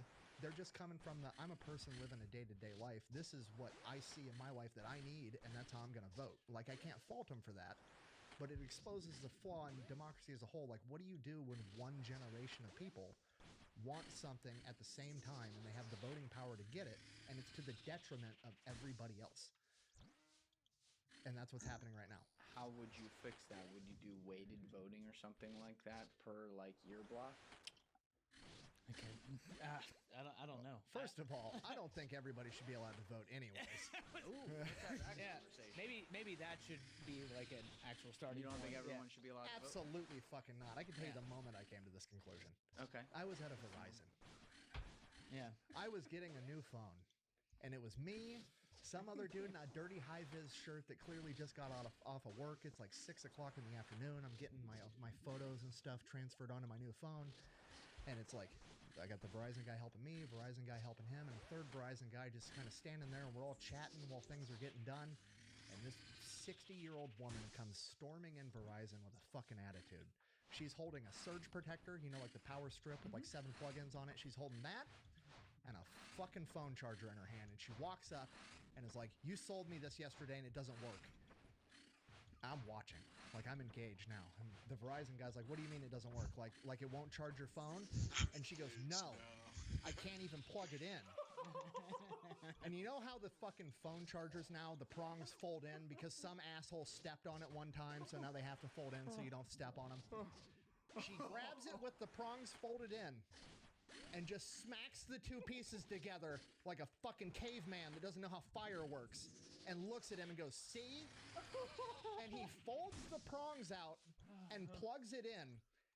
And then she realizes that she's a fucking moron and goes, "Thanks," and walks out. So yes, not everybody should be allowed to vote. It was a fucking 2-piece puzzle with one moving part. I have the thought every time I go through TSA and they're like, no shirt, no belt, no shoes, no laptops. There's signs. There's a guy doing it. 9/11 happened a fuck ton of years ago, and everyone in there is just like, Do I wear my belt? What about my laptop? Sir, do you have a laptop? No, but if I wanted to bring one later, do I need to scan it? No shirt, no belt. I mean, no shoes, no belt, no laptop. I don't have any shoes. Do you need them? I have preach or like. That's when I'm like, the older I get, the more pro barriers to entry I am. That's what I'm trying to tell you. I want barriers to. I don't care what it is at this point. Give me any standard to become a voter. I'll take it. I want you to dream with me for a minute. I want you to dream with me. All right, dream with me, brother. I want you to go back about 89 miles from here, give or take. Maybe I it's agree. 91. Fuck, I'm gonna have somebody pump my gas. And the year. No, you won't. No, you won't. You won't, because gas If it ain't was up around to yet. me, You're on the other side of the border. No. I want you to go back to wager that 1776 at in a little least beer hole in 80% fucking of Philadelphia. people Okay. I'm not even going to the qualified to Constitution vote. in New York. I'm saying before that. Yeah. And these guys were like, "Yo, fuck this tyranny. 80% of your We're a hype opinions shit." is Yeah. just These are the fucking guys so that then we're just irrelevant gonna it give them the doesn't credit matter. if 13 years later came to an agreement that, you know, we got this thing set up and people can vote on who their elected representatives are. What do you think they would say about imposing some sort of ban They on did people that. voting? They did that. What are we talking about? What do you mean they did that? In 1776, the founding fathers did not fucking be like, everybody gets an equal say. You had to own land. You had to be an American. You had to be invested in the system. You had to have something at stake. You had to be a stakeholder in America. You had to be a landowner. At no point did the founding fathers just be like, everybody gets a fucking vote. But Never hold on. happened. So they didn't let women vote. They obviously didn't let slaves vote and stuff like that. But I'm saying, like, at the time, the cultural standard was like men in society are allowed to vote. So when land owning men. only so in 1789 when they codified the Constitution, it was only Double check me. I'm landowners were almost allowed to do it? positive you had to be a landowner. There was criteria. interesting. Nick's never wrong. There I didn't was. know that. This is my life. There's more criteria on This is top my of life, that too. basically. But what was that criteria to vote when the country was founded? Because it was not just white men. Like, it wasn't just like a racial thing. You had to So be a it wasn't just land-owning open. American citizen. I Yeah, didn't know that. that's why I love the internet. We can just double check. And that's it. That's why this year. There's a whole. I see he's got like a whole timeline of when it was, but we're just trying to go to 17. There's obviously like there were other things, as I said, that they were totally behind on, but just like in general of what was how society viewed it. I don't know, the everyman at the time. With My food. clicks are There we getting go. fucking All right, clean, so baby. 1789, white Let's male, go. virtually universal restriction. So that would, okay. So age Please, 21 please, or please, older, please. Property ownership or tax-paying All status. right. Most states Fuck! require owning land. to vote. A few states allowed taxpayers without property How many to vote kills do I got? instead of or an additional landed. So you're correct. 410 Several states also without a imposed drop. religious tests, which required voters to be Protestant or Christian. A Means few I'm over. excluded Catholics or Jews from voting. I'm until they over. outright free status. Enslaved people could not vote, and then it doesn't say women on here, but women couldn't vote either at the time. Residency, typically some minimum. You guys ever do a boss and genuinely think so like, they did have restrictions. like on it. genuinely This think that changes, you're just and not we gonna get get a to drop where ever? Everyone can vote. And So that now kind of takes it's- away my now dream it's- scenario. Like it's Now just it's not gonna illegal to happen. fucking ask This for shit an scares ID me, to bro. vote I'm in 100 mil California. invested, alright? You don't even have I to be need, an I American citizen. need That's fucking it. absurd. It's I'm not- quite literally I mean, 100 if mil you invested. just That means if leave I get me, the you gotta be Kristen an American first, I'm citizen, actually still in and the you hole. have to. I would like it if you were actually a Oh, tax-paying member of society. with my luck, I that's just what wanna I'd know that you're get paying into too. the system. Okay, and like I'm willing to give exemptions for people that are genuinely. You're gonna see the like, most actually fucking disabled and can't straight work a job, face when like, I get the sure. drop too. About search That's fine. for Because I'm taxpayers. owed it at this point, you know what I mean? You know what? I'll take it. If she is, if you were giving me that, like, bro, she works a job and she's a productive member of society, she's just a fucking moron, I'll fucking take it. It's better than the standards we have now. Do I want some higher standards than that in my dream scenario? Sure, but I'll take any standards you fucking give me at this point because right now there are none. Right. The no ID thing is crazy. I have never heard a coherent argument for why someone Because there should isn't not- one. There isn't one for why someone shouldn't present ID to prove that they're a fucking citizen of the country or a resident of the state and area. Just to verify your address that you're at the right It's- Or polling just to station. verify you only voted once. It's Yeah, nuts. I mean, it's, What the fuck is stopping me from, Yeah. like, I really want this mayor to win and there's 15 precincts to vote in? I'm Dude, gonna it go makes to me every so fucking sick precinct dying and vote because I because just they don't feel know who like the fuck those I are the am. times I'm Yeah. actually getting the I do fucking drop, remember, bro. and I wish I could remember the detail right now, so I don't want to say it and get it wrong. But when I voted, I'm It's always some remembering, like, the big dumbass one, reason when I too, went like what just into happened, the 2024 or get fucking killed by an after cycle, which was explosion, the or I presidential fucking cycle, yellow X I something, dude, remember just something walk right through the happened when I goddamn checked boss. in and then got to the ballot box, and I was like, I didn't have to do anything. Like your Maybe deaths it aren't even was like something fun, I didn't even dude. have Like to you show don't my feel like, ID, oh or damn, I got something outplayed. like that. Like That it's was- just more I remember so going in, like, I'm wow, like "That's this is kinda just like a the third fucking grade vice horrible president." boss, I'm and I like, hope they the didn't even check what developer grade goes I'm in. kill, You know what I goes mean? and kills I himself. showed You up know what I mean? for a recent election. Like for my straight to the most congressman, horrible and, thing ever to the I had my motherfucker voter who created registration this card, my ID, and dumbass they're shit, like, you bro. don't need any of that. And I was like, don't like that. I'm Don't not- like that I'm not answer trying at to be all. a dick, but Yeah. like it shouldn't be easier to open up a fucking Gmail or easier to vote than it is to open up a Gmail Agreed. or to do anything on the internet. Yeah. I can't Horrible get shit on human the internet being. without at least giving them my name and my email address. I agree The with that. fact Like, that give this me even anything to passed prove like you're any one kind of person. like real Yeah, more life the check to reason- them, and they so like really said, I'm yeah, go ahead absolutely and on the same ship page with, that. like, That's barriers to great. entry, like you said, with It'll that. be a perfect like, money whenever, sink unless like, RNG is on your side. the store. Whenever I hear that, it's like Like it's, why? What Like I'm what getting is at the it's point a of subjective releasing thing. any boss So that's you a could money be sink? Like technically what is the the way a benefit of slippery that? slope tyranny could start is you'd be like, I think At that what guy's stupid, point so like he is can't that vote. fun? And then the next guy down below is less stupid and less stupid, but they keep using the precedent. That's why I Like, asked there's that no question way the I'm way crazy I did. in But like, thinking if there's this. like some Like, how requirements, are- like, oh, I don't know, Like you're what paying is it taxes doing? into the Is it system an like you're a economy functional thing? member of Like you're not society. trying to bring too much That- into the like. That's probably fair. Yeah. Maybe a general intelligence test. I mean, you do have to take. I can think of a million drops version that would have of, been pretty decent here. I think it's called the Minnesota multi something inventory. I can't remember what it's called now, but even when you get a hunter safety license, you have to take like a test to make sure that you're not psychotic. Mm. And it's like you see two deer in a parking lot. Do you A, not shoot them, B, hit them with a car, C, all the above? Not Like sh- it's questions like that. And by the way, there were people when I got it at 15 that failed. Like they didn't even make it to the shooting portion. But there's like a general thing. We could ask questions like, do you think the moon is made of cheese? A, yes. B, maybe. C, ribs. Like there has to be like a general knowledge thing that can be applied to like I mean, it's applied to everything else in life. So why can't it be applied to voting? Because it's probably the most That is important a good thing. point because the military's got it pretty dialed in with the ASVAB. You go in, you take a test for the military, and the military says you are qualified to do these jobs. You are smart enough to be able to learn these skills and perform these tasks. Why can't we do that with? I mean, we do that with all kinds of shit. You take it when you do the ASVAB. Unpopular opinion. I want more age restrictions. I'm so sick of the age bullshit arguments. Because More I want, age restrictions. like we said over there, you had to be 21 to vote. And I don't even like the age restriction part. Like, I just want some criteria to be met. Right. And whether that's like military service, automatically you're allowed to start fucking voting. Like, I was signed up for the military before I was allowed to vote or drink. Yeah. Like, if you're in the military, you should be allowed to vote. I think if you don't want to go in the military and you still want to be able to vote, absolutely. I think you should have to pay X amount of taxes on a delay. If you're making $1 million at 20 years old and you're paying a shit ton, absolutely you should be able to vote. If you're making minimum wage or whatever, like, you'll get there in 3-4 years to be able to vote. Have some kind of, like, you're invested in society. You have a track record of performance and being a productive member of society. I'll tell you one thing that is an interesting idea that I've thought about before. You know, when did they even come up with 18? Can you look that up? It's been a while. You know, what if you had it to where, like, if I go to rent a car, you got to be 25 years old.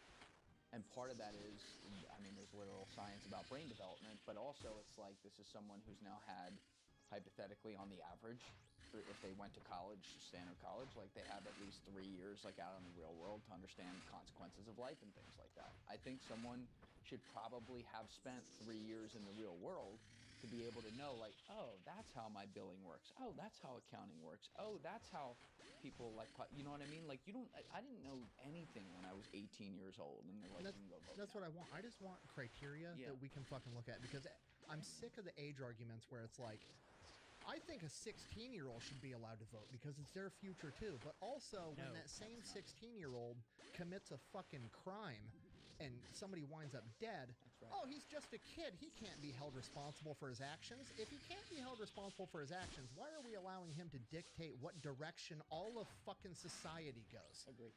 Like, it's They want it bullshit. both ways. Either you're an adult or you're not. I want a solid criteria on when you're a fucking adult and you get to be treated that way. Yeah. 30. Period. And I even hear the stupid argument on the internet like, well, we should actually, their brain isn't fully developed, like you said, until they're 25 or 26, so they should be treated like a kid. Fuck you. I was 25. If I got pissed off and, like, did some illegal shit, I absolutely should have been thrown in prison at 25. I knew better. I hate that. I just want people to be like, you're an adult. Actions have consequences. There's benefits to being an adult. There's downsides. You get them all. You can't fucking pick and choose 24/7. It drives me fucking nuts. Yeah, and by the way, you pulled it up. It was 1971, where Amendment 26 of the Constitution lowered voting age to 18 years. But again, also, like, somewhere along the way in society, and fuck if I know where it was, like, is probably a slow descent. There were basic civility standards that just slowly went away. You know, to where people could get away with more things, or society, I don't know, accepted more behaviors it wouldn't have in the past. And, like, when I look at something like 1971, where an age where it gets lowered to 18, that's, you know, that's a different kind of 18-year-old than it is today. You know, there's just some realities that 18-year-old understands that today's 18-year-old doesn't, today's 23-year-old doesn't have a fucking clue about. Yeah, because your grandparents were in the Depression, and, like, you have perspective. I mean, that's really what's lacking as a whole is, like, I think we should mandate some form of civil service. I don't know what that looks like. I don't think it should be military for everyone. That's a hard stop, but I think if we gave everyone, like, out of high school, like, a year or 2 years, whatever, work at a nonprofit, you know, go for Habitat for Humanity, do whatever you want to do. Yeah. Just do something and learn more about the world. Then the world you live in, it'll help to shape everything about the rest of your life in a positive way. And, like, you'll actually have some sort of investment in your future. And, like, oh, I've actually, like, experienced different things, as opposed to, like, because K through 12, you don't really have any real life experiences that you can pull from, unless, like, your life's hard or you have different things like that. That's, like, personal. But, like, I don't know, because, like, my time in the military really helped to shape me as a person. I had a horrible childhood growing up, but, like, it also exposed me to things I never thought possible. Like, and not that everyone should join the military, but it also got me to college for free. It also changed the course of my life. I got 2 degrees out of it. Like, think about just the culture shock of going to basic training. Yeah, that's what I'm Going to saying. basic training at 18 years old, you show up, I moved around a lot. I'm a bad example, but, like, hypothetically, I grew up in Iowa my entire life, in small town Iowa, surrounded by corn. Mm-hmm. Okay, like, everybody was into the same things, and now I'm going to basic training with a 33-year-old that just got a divorce, had a midlife crisis, divorced his wife. He's in one bunk next to me. The other bunk next to me is a 20-year-old kid from Chicago who, you know, had a completely different upbringing than I did. I'm going to become friends with both these people from completely different walks of life. And there's 50 other people in the platoon that all have extremely other different walks of life. I'm going to have to learn how to work together with these people, be a team, care about them, and at the end of the day realize that we're all Americans and we got to fucking work together. Yes. That's crazy impactful being 18 years old and then getting to live the rest of your life understanding that. And a lot of these kids are just like, oh, I graduated from high school. What college are you going to? We should all go to college together. And you live in this fucking bubble Even the when entire they time. don't, though, to your point, Zach, it's like I don't if know there's how much some level of longer civil I can put up service with you're this doing, bullshit. whatever it is, you're working for something that is in some way like an actual cause or something bigger than you that helps build like a cultural bond. It's not to say college isn't fun and you don't meet people from different walks of life, because I mean, I did, and I think that's great, but like, you know, you're going there, you're doing your classes yourself, and then you're going out there and you're partying and having a good time. It's not like a higher calling in that way, nor is it supposed to be. But if you said like, hey, for like a year out of college, everyone is required to do something that at least gives them some perspective on life, yeah, I think that would be worth its weight in gold. Yeah, you go to somewhere where they have like rolling brownouts, not even blackouts, just rolling brownouts where electricity is not common. Most parts of Europe don't have air conditioning. You go to other countries that you've heard about, but then you go there and you're like, holy shit, this is crazy. Like, those are the things that help to shape you as a person. I mean, like, I grew up in Memphis, and you know, prior to the military, people from the Northeast were like in movies. Like, I'd never met people from New York, and it's like cliche. It's my friends like, hey, my name's Tony, you know, like it's all like the most, you know, hey, I'm from Cape Cod, you from on Cape or off Cape, or Yinzas from Pennsylvania. Like, I'd never met people like that. I'd just seen them. I was like, wow, this is wild. Like, I'd never, but They don't like, pump their own gas. they don't pump their own gas, those cowards. Like, but like Nick's right. Like, you never, outside of that, that's the only time you'd ever meet people. I mean, now people do like Keep more on often forgetting because of the like fucking remote work and orb so things I like can that. But like, use my you learn mouth. cultural things, and there's Like, just I little think it's been differences killed that a you lot learn about people, anyways. and like, unless you're like trying to break that, you're not going to do it. I think it's actually popular in either Europe or Australia. I can't remember where, but they do a sabbatical where they're like, hey, you got to go. They send you out like after It's the Amish. It's Rumspringa. Rumspringa. I mean, even they're doing it. But like, they go out for a year and they just travel the world, or they do something like, I mean, think about how awesome it would be like if you're like, hey, just go to Australia or whatever. You got to work with this nonprofit. They help, you know, make sure people don't kill all the kangaroos or something. I don't know, just making stuff up. But how else would you get there any other way? I would be okay actually putting my tax dollars towards something like that. Yikes! Like, if you're like, hey, this is like, Moves 2 I'd spots say again Social for Security, some but like random some sort of fucking stipend reason, that'll go bro. as like, as It's long like as you're 1 doing in this, every we're going to give you 50. X He'll do amount that of little dollars. It's enough slide to live thing. on. Where And you rather go in than this thing like because it getting will like help to make you a better informed member of society. Oh my Because god. that's the biggest problem. People who are in the military as opposed to outside the military is like, you get exposed to a lot of different things, and you see the world a whole lot Rather than differently. being As 2 opposed to people who aren't, who squares, are just like hearing about it. or 1 square Like, from everyone's the like, safe the government's spot, like doing he this. And stuff. fucking Like, yeah, they're all slides in, obviously doing dude. things, He but fucking puts you in the as someone center who's of his also in the bitch government, ass, dude. everyone's also pretty fucking dumb. Like, it's Yeah, not like, Let's not give the government too much That credit. shit's Yeah. got me killed so many yeah, fucking everyone's times, like, oh, there's dude. like one guy. No, dude, Because I'll click there's to the not. safe square. Like, there's not that many people that are He like slides that an sharp extra or one, smart. bro, I and mean, you're oh, like, it's like SEAL what Team the 2. Even fuck? them, they're full of morons. Like, they can just hold their breath Like, for a you long see how time, he so they just get movie lined up dates. 1 square away from the safe spot how long rather were you than in the fucking military? putting me in the middle, 4 dude. years. Oh. Was it something you always wanted to do, or Oh, dude, I was made for it. I'm a You child. made for it. Yeah, I'm a child of trauma, poor white trash. There was nothing, nothing that my family knew other than like how to break the cycle of poverty, other than like do a trade, be a mechanic, which is fine.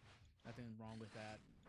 My father did it. His father did it. His father before him. You know, the first bell was probably looking at Mr. Ford, being like, "I think there might be something here, Mr. Henry." What's up, You know Epso? what I mean? Like, we were made to turn wrenches. How you doing, but bro?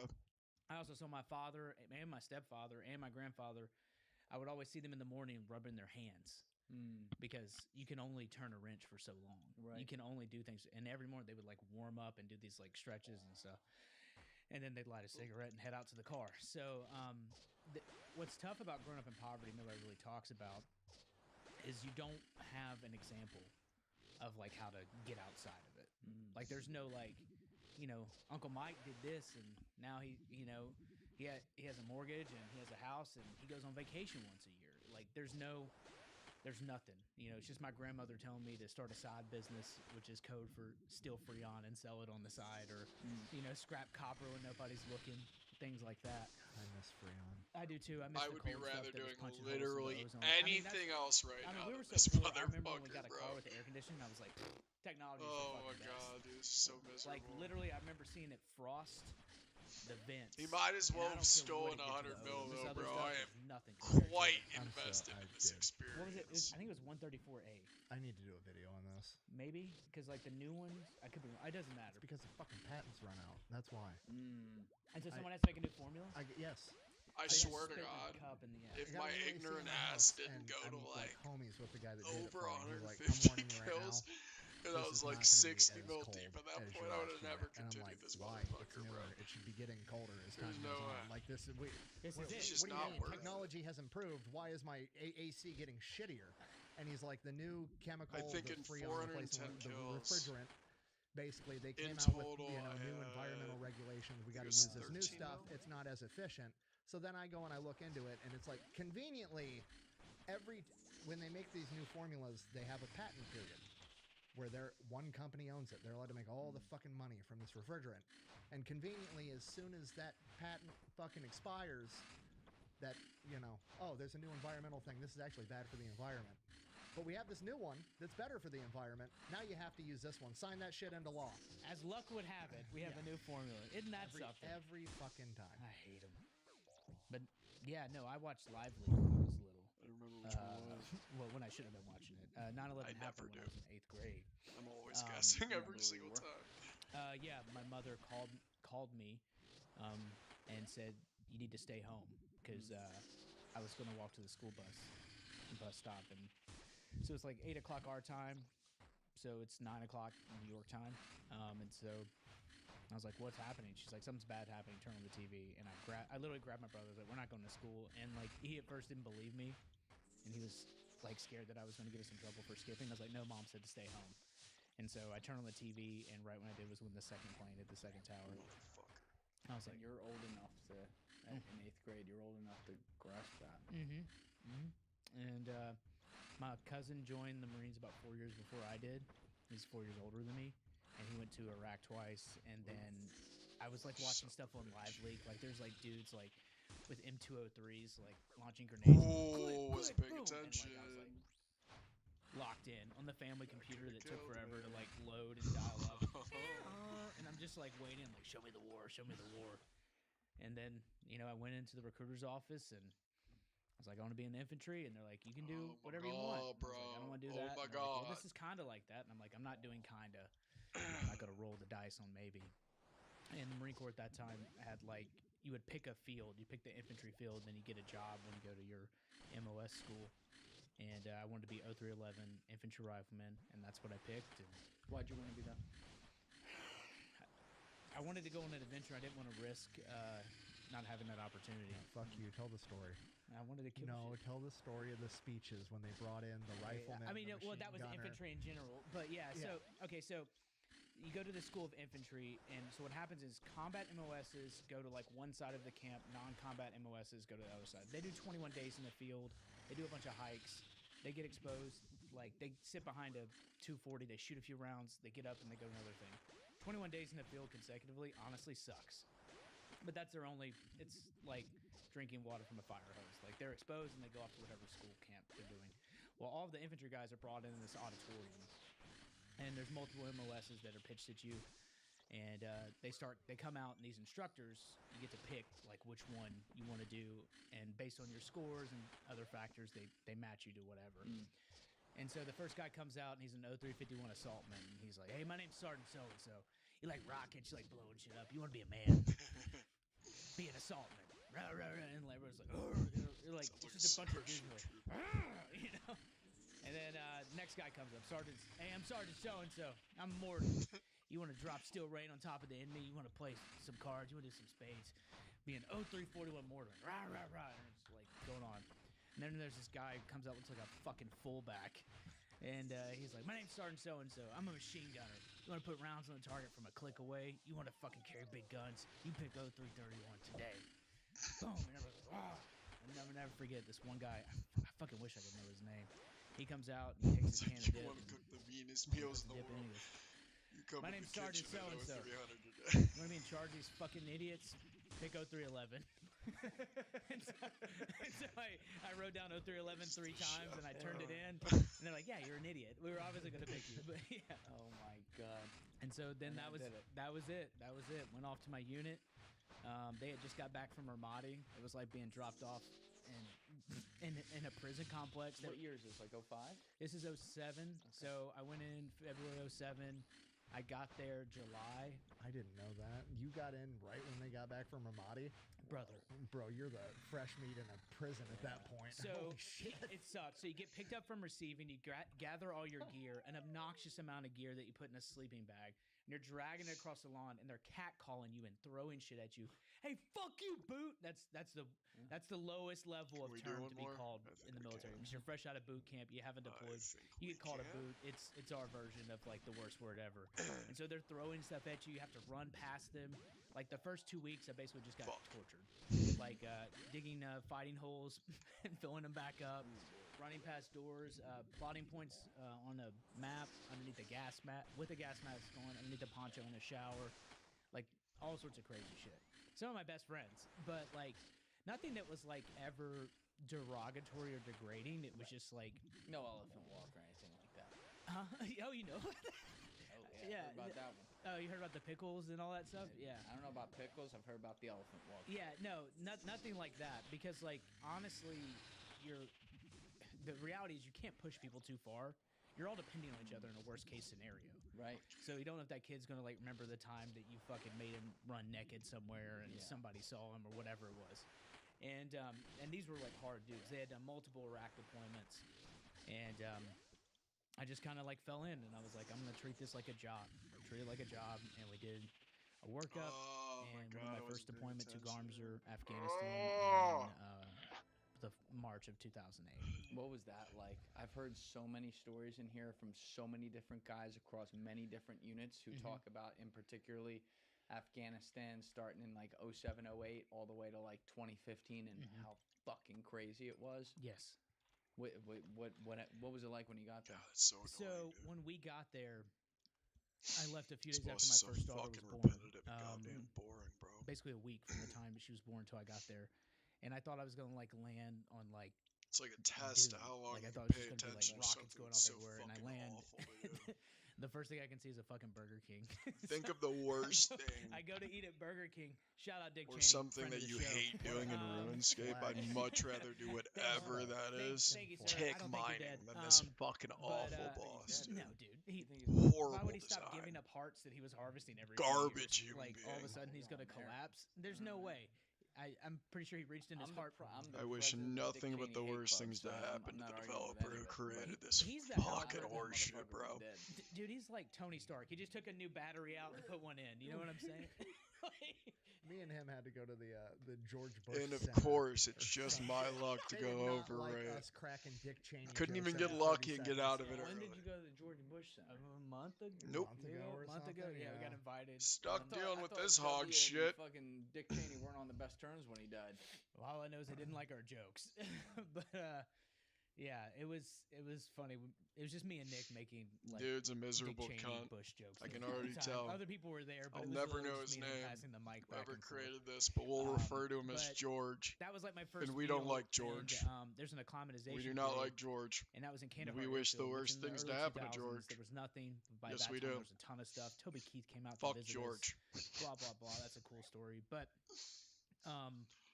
we're waiting, and then they're like, "Hey, the mission launch. We're going to go out, secure this area, and you're going to stay there for 7 to 10 days." That's what they told us. And If my I was unit at had, Jagex, for I some would reason, never, their drug ever test tell was really cool. anybody I was responsible Now, for I'm this not boss. condoning or Never. endorsing the use of drugs. I'd keep that so close war, to dude. my You know what fucking I'm saying? chest, Like, bro. you ask No me way. questions, I'll tell you no lies. No way So would when I did the admit that drug I test ever across created the entire fucking battalion, headless there was over 30 chicken people that popped with a maggot because it dick. was snowing. Yeah. Yeah. You heard that right? At that time. My And he man, was- here, Yeah, yep. Yeah, brother. Here we go. I You don't- ready for it this? was wild. So, And, epic quest, right? so they ended up Epic, dude. reorganizing the entire Phenomenal battalion, which was boss highly fight, right? unusual. So I was in this Vampires. The platoon, theme the just third makes platoon. I think I moved to sense, second right? platoon. And then they And we brought went in from this basically being in, like the worst platoon with like special platoon individual. sergeant who was relieved of And his little command in creative boot camp juices were because, as fucking he said, clunking, right? I get too First thing that excited. popped in That's his how head, he always said. chicken, He's like, I right? get really hands-on. Okay. What if you Like, he was remove the known for head? that. Okay, And he's so- cooking, right? Right? Yeah, it And means what you think it means. I mean, for them to You fire gave a it a drone strike maggot in as a the early dick 2000s with a is pretty retractable rough. head. But, Holy shit, we have a went there, retard. engaged the enemy. Somebody That get deployment, this we- guy. I mean, we literally Oh had my every God, asset get him in the outta world, here. Direct assets, air, indirect fire, mortars, and like, That's we how were, I like, feel on about top this of the battle boss, bro. space the entire time. The living conditions were nightmarish because you were just outside the entire We'll time. fucking like, verbally doing posts assault for that 4 to guy 6 till hours I at a time doing die, patrol bro. and just kept doing that Until they back and remove forth this and back and goddamn forth and back boss, and dude. I forth. want And this it shit was dangerous, removed and it from the was game. That's how hard. much I hate it, dude. I didn't call home for 90 days. There was a lot of that stuff. But that deployment. Look how overall, dead in it the is. grand scheme You of see things, this? was like a good deployment It's already for, dead like, content. getting your feet wet. Now, when we did the invasion of Mars in 2010, completely different scenario. What was so different about that? So in that point in 2010, Marja was where there was a ton of dope. And so that was where the Taliban were getting a lot of their money, and we were trying to interdict that movement. Look at that, dude. Very Nobody's famously, here. Geraldo Rivera Nobody went would put around that themselves area through and this was shit, like, "These right? Marines are guarding the But prisons." I'm invested 100 It was mil. actually, So me I and my need to wife be were here. allies, We need the and that drop, was in dude. December This of poor soul just 2010, but died, we left dude. in You late see? 09, and my wife was pregnant with our second Nothing child, good comes from this because they place, told dude. us during the Nothing good workup, but "You guys are gonna be misery, shutting down dude. bases like that." Misery. And And I was like, not "Great. like the good gonna be RuneScape misery, Maybe a right? 90-day deployment. We'll come home. Like, So we started planning our second just child. this, dude. And You they just get switch it to this. Afghanistan like a real. Wow. Yeah, The it only was when thing I President can Obama say that I went to, benefited from this West experience is Point. I got They told us, like, 99 hours hit beforehand, "Hey, points, there's gonna be a troop surge in Afghanistan. a in bunch of next week." strength levels. They honestly have been And fucking so pounding that it, dog. deployment Like, was highly holy shit. documented. It's I'm very almost famous. curious, like, There's if a I speech, restarted this whole grind, if I would have just kept it on attack, how many levels I would have got? I got 2 strength levels speech. so It's far. on my YouTube. Like Veterans 2.5 or Assigned. something like So that. this guy, That's Gunny pretty Walker, fucking. is like my mentor. What, in like infantry. in 400 kills or something? Yeah, I've 400 known like him the whole 15 time. He was kills. known for giving these speeches, and Let's see. the whole day prior to us leaving, there was a fuck ton of speeches, like to a point Yeah. where my junior Marines 415 were like, kills, yeah. "Yo, are we Exactly. gonna be okay?" I was Dude, like, that's "I some don't know," juicy because this has XP never though, happened Before. They're talking to us. Surprise! A No, lot. I think I got a It was magic gnarly. level as well. Yeah, Yeah, I it did. I was did. fucking So almost great. 2. Almost 2 magic So levels as well. I'm here. That's not you bad. can't really tell, but like It's I'm not bad. across the other side of the field. Back in the 280p days. Yeah. Too Well, bad I'm this is over sequel. 100 mil This is invested. Let's see. That really breaks your heart. Combat camera at. Marines are done. Cameras off. CNN. No, negative. One of my next goals is gonna be probably to get all my skills to like 85. I think. I don't know why, but like this 85 just looks crisp to me. 87 also kind of looks nice, bro. But my autistic guys could never handle that. All right, boys, back into the pen, back into the grinder. Here we go. Wish me luck. Now we've been talking about this. I'm kind of upset about the general. Here we go. Just whiffed it. Look. I haven't got any fucking goosebumps Fucking hate yet. this guy. Have y'all Dude, spoken no about way. Am I this? missing something? I Oh, wait. know y'all Did I figured out die? another secret that the Marine Corps has. We don't tell you shit, and we play games. And I knew we were leaving tonight fucking 7 months ago. Didn't tell y'all because we want you to get fucking pissed off. You might be envisioning us when you kill the enemy. But motherfucker, you're gonna be pissed. Martian. Fuck that. Fuck. That was a bad time to fix my glasses.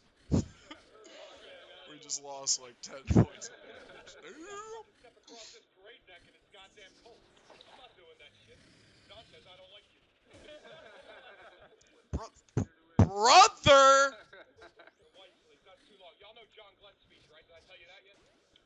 Alright, we'll do that. We'll do that. Like, am I tripping, or did you guys see me click the fucking maggot, He would dude? always smoke cowboy killers and red. God, bro, I hate. Ooh, I do not like this fucking boss, bro. Even like the most minor fucking inconveniences are just fucking exemplified here, bro. Like multiplied, multiplier. Everything is a multiplier for how fucking awful this shit is. everything just feels that much worse. Just like that, bro. Why not? Let's just take a couple more strength levels. Fuck it, dude. I didn't want to hit him anyways.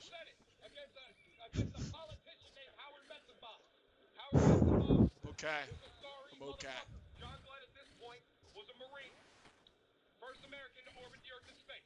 Howard Metzenbaum asked him, how can you run for Senate when you never held a job? What the fuck would you do if somebody said that shit to you?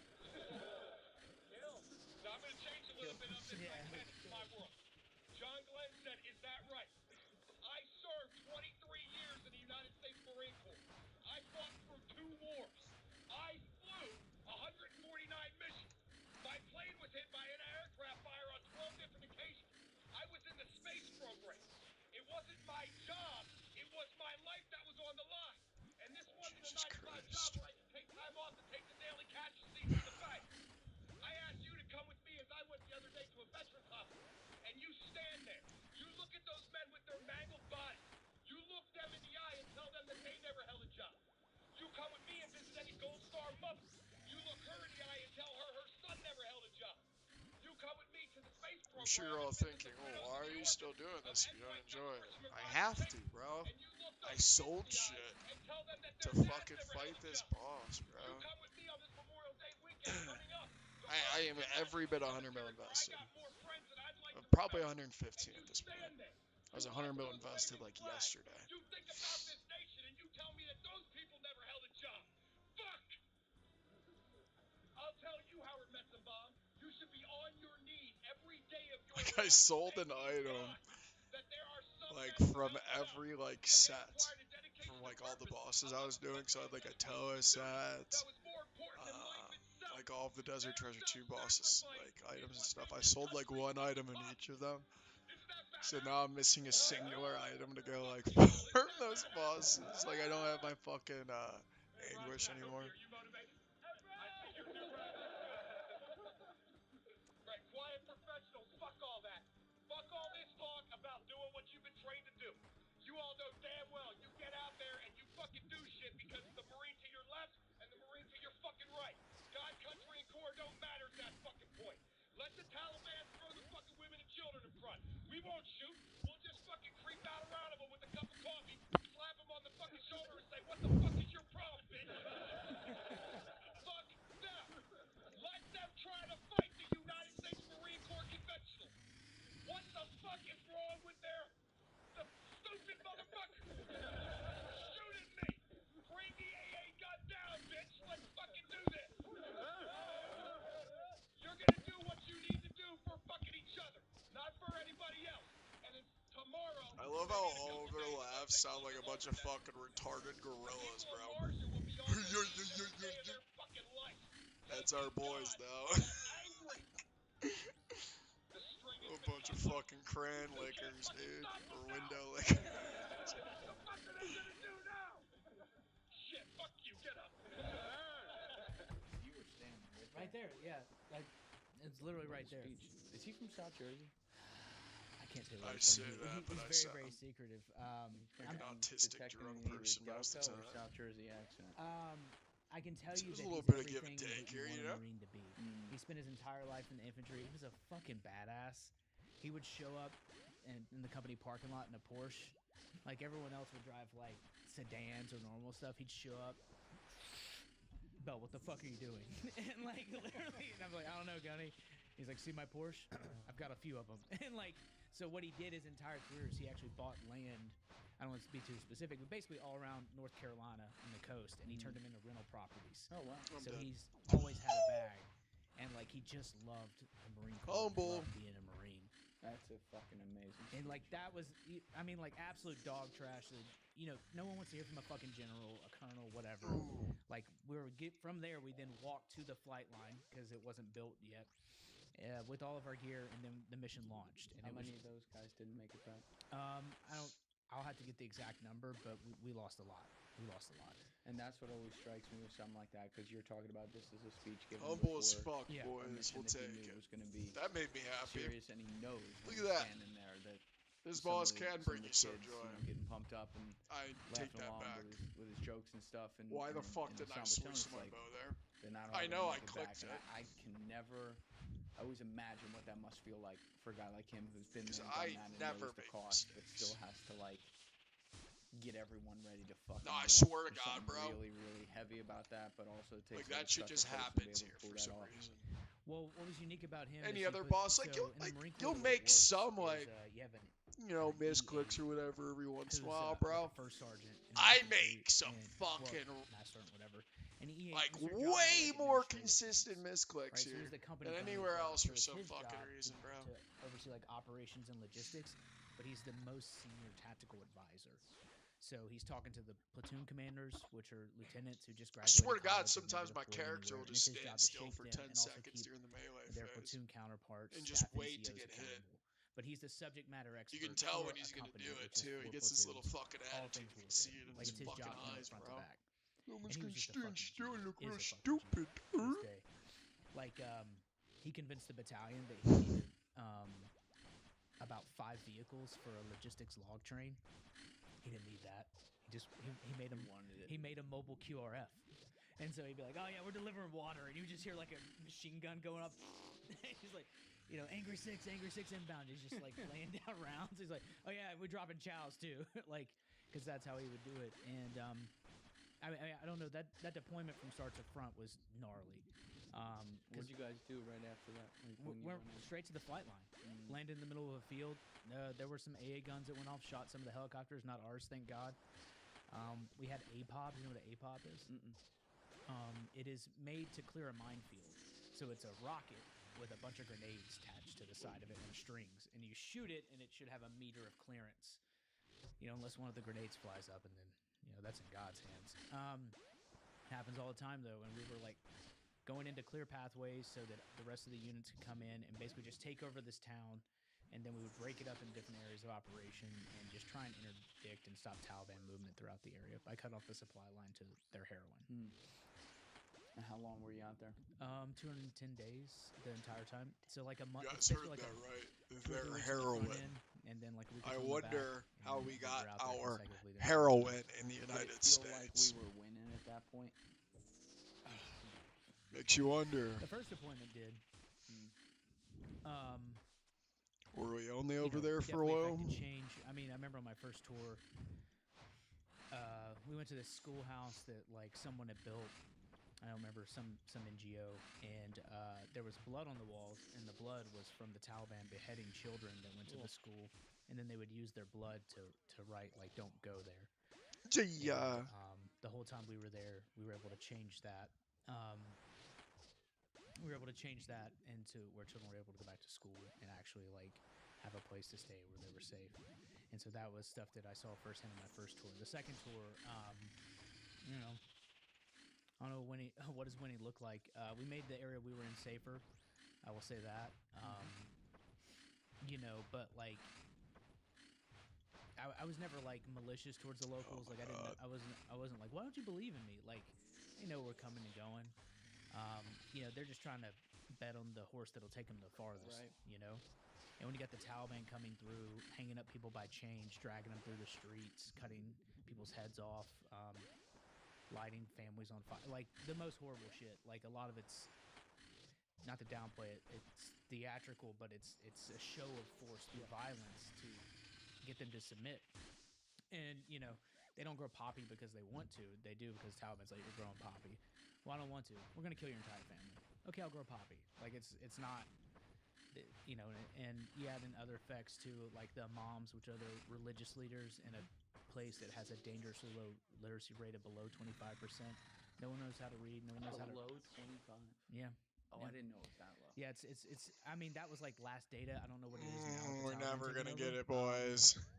But We're never gonna get so it. the religious leaders, oftentimes the imams, are bought off by the Taliban. They're like, blow those Americans up. That's because you're told to listen to them. I'll do You're like told 2 that that's the only person that will, runs, maybe 3, tell you what to do and what's right or wrong. and then we'll like And, move on to maybe something we else. lost I don't know. Marines in my platoon, in my company.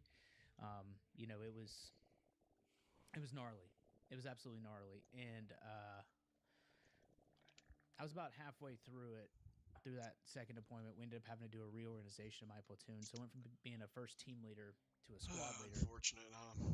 So I mean, I went from having like 3 guys to 12, and I had teams and I had people that reported to me, and that usually happens when you're 6 to 8 years in the Marine Corps, not when you're on your 3rd or 4th year. And so, when that change happened, for like 2 or 3 more I just saw the way things were going, and I kind of had this like vision of my future of the next 20 years, and I was like, well, I left after my first daughter was born. I haven't met my second child yet, and I don't know if I want to do this for the rest of my life. And I'd accomplished all my goals, and how would you say you accomplished all your goals? I wanted to be a squad leader. I wanted to be a squad leader. I wanted to be a team leader, and I did it in 4 years. There's only one other person I know that's done it, and it's a friend of mine who actually sells insurance now. Shout out Clayton Blunt. But Clayton Blunt, what a name! Yeah, Hard name. it's a hard name. But like, it was just me and him that had accomplished that, and you know, it's. I mean, the military. What's cool about it is like you can go as far as you want, but for what I wanted to do, it was going to cost me everything. I wanted to operate. I wanted to do the work.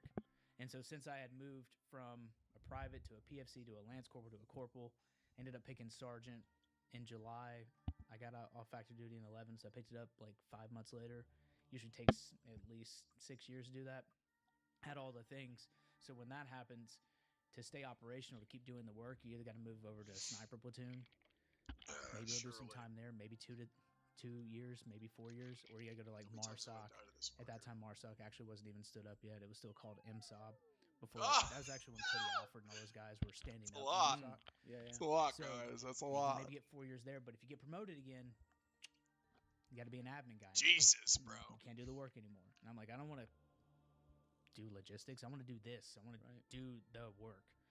And so, and the cost was going to be so high on my family. I wasn't willing to do it. You have kids That now, means too. I'm It's- literally. and you don't get to see them. You worry about The average is 1 in marriage. 7. I'll lose my family, so nothing of the risk to life. My obviously, autistic when you're out on the ass battlefield. needs No, 300 and I more have an kills incredible wife. She's without a death to she get would to do that things one. really kind of like really made me fall in love with her a lot more. She would send me packages about every week, and whenever we would have time to talk, she would actually ask me. To be fair, I'm not allowed to make a there were mistake. people who didn't have No, mail, at least when it comes to the melee and phase, then I'll she would send die. them a package. And sadly, it's a lot higher than you would think. Like families just like fuck it, and it's and it's not even that big. Like she would just be like, what? She would send me tobacco, Q-tips, baby wipes, junk food, and People magazine actually. Fat Why Rip People is magazine? plugging Dude, in. the Let's fucking go, ground's boys. exploding. I want to hear about Kim Kardashian's ass. Like, I don't want to hear anything. Oh my God, Kanye. Like, it's just like whatever.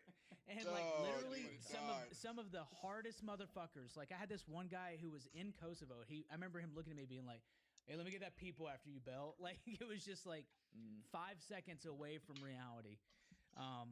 And she would send stuff like that. She's put up with a lot then and now, Here we go. and like has always kind of been this rock of like, I feel the someone that I power. knew I could lean on. But feel I it, mean, dude. I've known It's since the gonna first moment I happen. met her. Where'd you meet her? When I met her, Let me get my shocked okay, I face met her right at here, her right? cousin's house on. Okay, so her cousin Luke and I were friends for a Don't long act, dude. time. I was a bad kid, Oh my and he, god, he bro! was a bad I kid. just got the drop. And I was kind of like crashing at their house now and then. And his dad was turning 50, and he was getting ready to go to Iraq in the army for his first deployment. So I picked him up from the airport, took him to this party. And it was this big surprise party. No one knew he was coming. This is like before Facebook and shit, where everyone's like, The good old days. American soul, like playing stuff. It was just like cool. And so we did It's that. gonna happen right here. And then Feel it. This Luke, fucking ugly God ass love him, chicken, couldn't dude. talk to a girl to save his life. and I have disproportionate game to who I am as a person. Like it's obnoxious, but like I have really tight game. All it is confidence that doesn't make sense. Maggot king. And We're sitting next to Mariano Rivera over here. yeah, look at him, dude. Look at him. I see you. This Pop is, off. God this forbid. Is what we Yeah, found God to forbid. peak Yeah, no. Content. But I looked far across the from room and there was this girl I'd corruption. never seen before. And I had to introduce Never her to let the that girls. I man even cook had like again, a no roster reason. showing up for her. He's Hey, never soldiers allowed in showing the up. Like, here kitchen are- again. Dude. you know, come through. Hitting them on the He's not Nextel allowed to touch push to talk, I think anything it ever was. again. But Nope. I swear to God, I think it was. Don't That let phone that was so man big, touch. it was birth control by itself. But I went up to Luke and I was like, "Who's that?" And he He's goes, like "That's the my cousin autistic Christy. She fucking lives in redheaded Nashville." And I go, stepchild "You got a cousin that Christy you who lives in invite over Nashville?" sometimes just to He's say like, "Yeah." hi. I go, "We have never talked about cousin Christy. who Hey, lives in Henry, Nashville. how you I've doing? got so much for you as a friend. Where's this been?" He goes, Alright. "You weren't ready." See you later. Oh, he hit you with the one. And I was like, "Yeah, you're probably Just right. runs Tell you what, off. though, I'm gonna marry that girl." And I Sure went over love there. Henry. And I hit some What a solid good line kid. drives. You're not going for a grand slam. I'm just trying to That's get who on they base, get a let number, fucking make follow this through. thing, bro. She couldn't even care less. she didn't know I existed. But at the end of the night, got the digits. 2 weeks later, we're dating. A year It's later, got we're a married. little our touch of first the child. downs. How know did you what I know mean? that you wanted to marry her right away?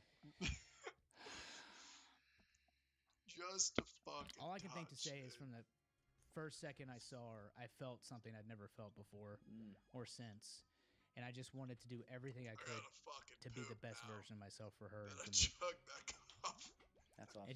It was like it's like I got bit by something. And I don't know how to describe I it. can feel Everyone myself finds it turtling. whenever it's your time to find it. But I was just like, Lock in. if she asked me to give her a mountain, I would give her 2. Like it was just Thunderbolt. I was just like it just hit me. And we're coming up on 19 years of marriage now. That's all. And through deployments and everything, too. Deployments, you know, me being a I haven't veteran, talked to a woman in all the 6 hanging out with years, Nick. boys. hanging out with Nick. Nick's Going fine. for the road, Yeah. all over the place. Well, that's been a change don't because like it used to women. be, what are you doing? To now, They're like, all mean, bro.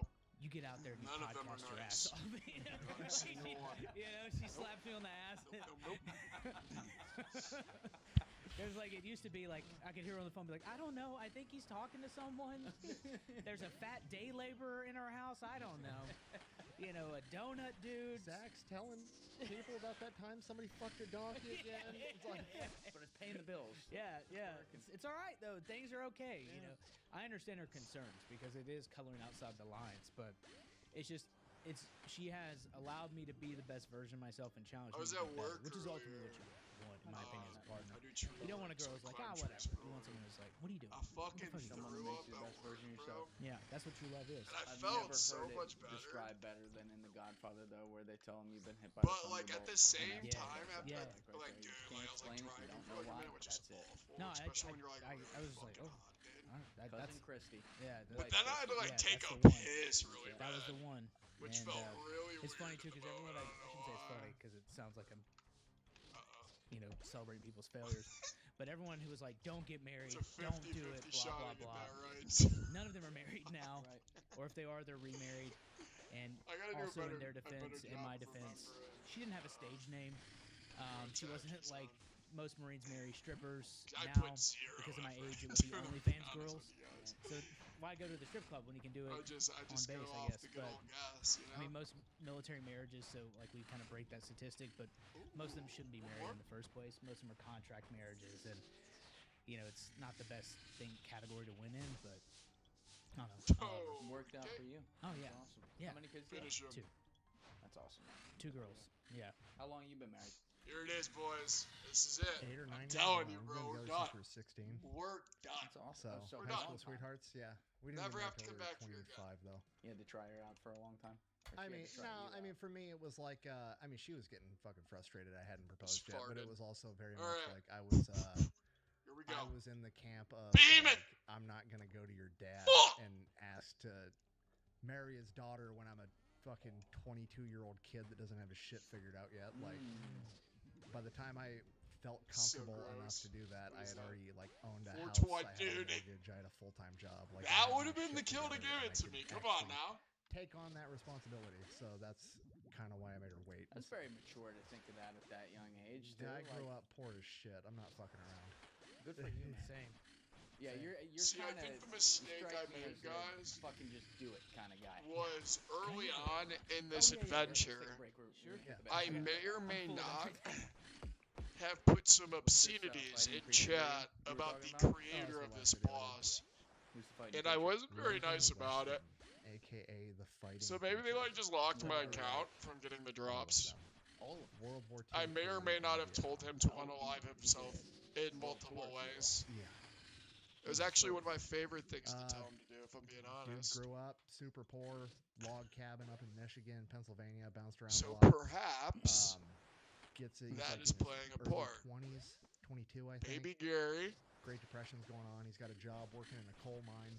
He's a single found guy. out about me. One of his best friends, his hunting buddy's got like a wife and And kids, can't find a job. my age So he goes to his for him. boss and he's like, "Hey, He's now my mortal can enemy. you get this guy a job?" And He's like, "No, perhaps I'm he has just struggling to nerfed keep my you guys fucking employed." So he's account. like, I'll "Alright, never well, get give this guy shit, my bro. job. He's a good dude. I'll give him my job." That so he can last pay one for his felt fucking like it kids. was it, dude. I could just Um, feel the little next day, ping.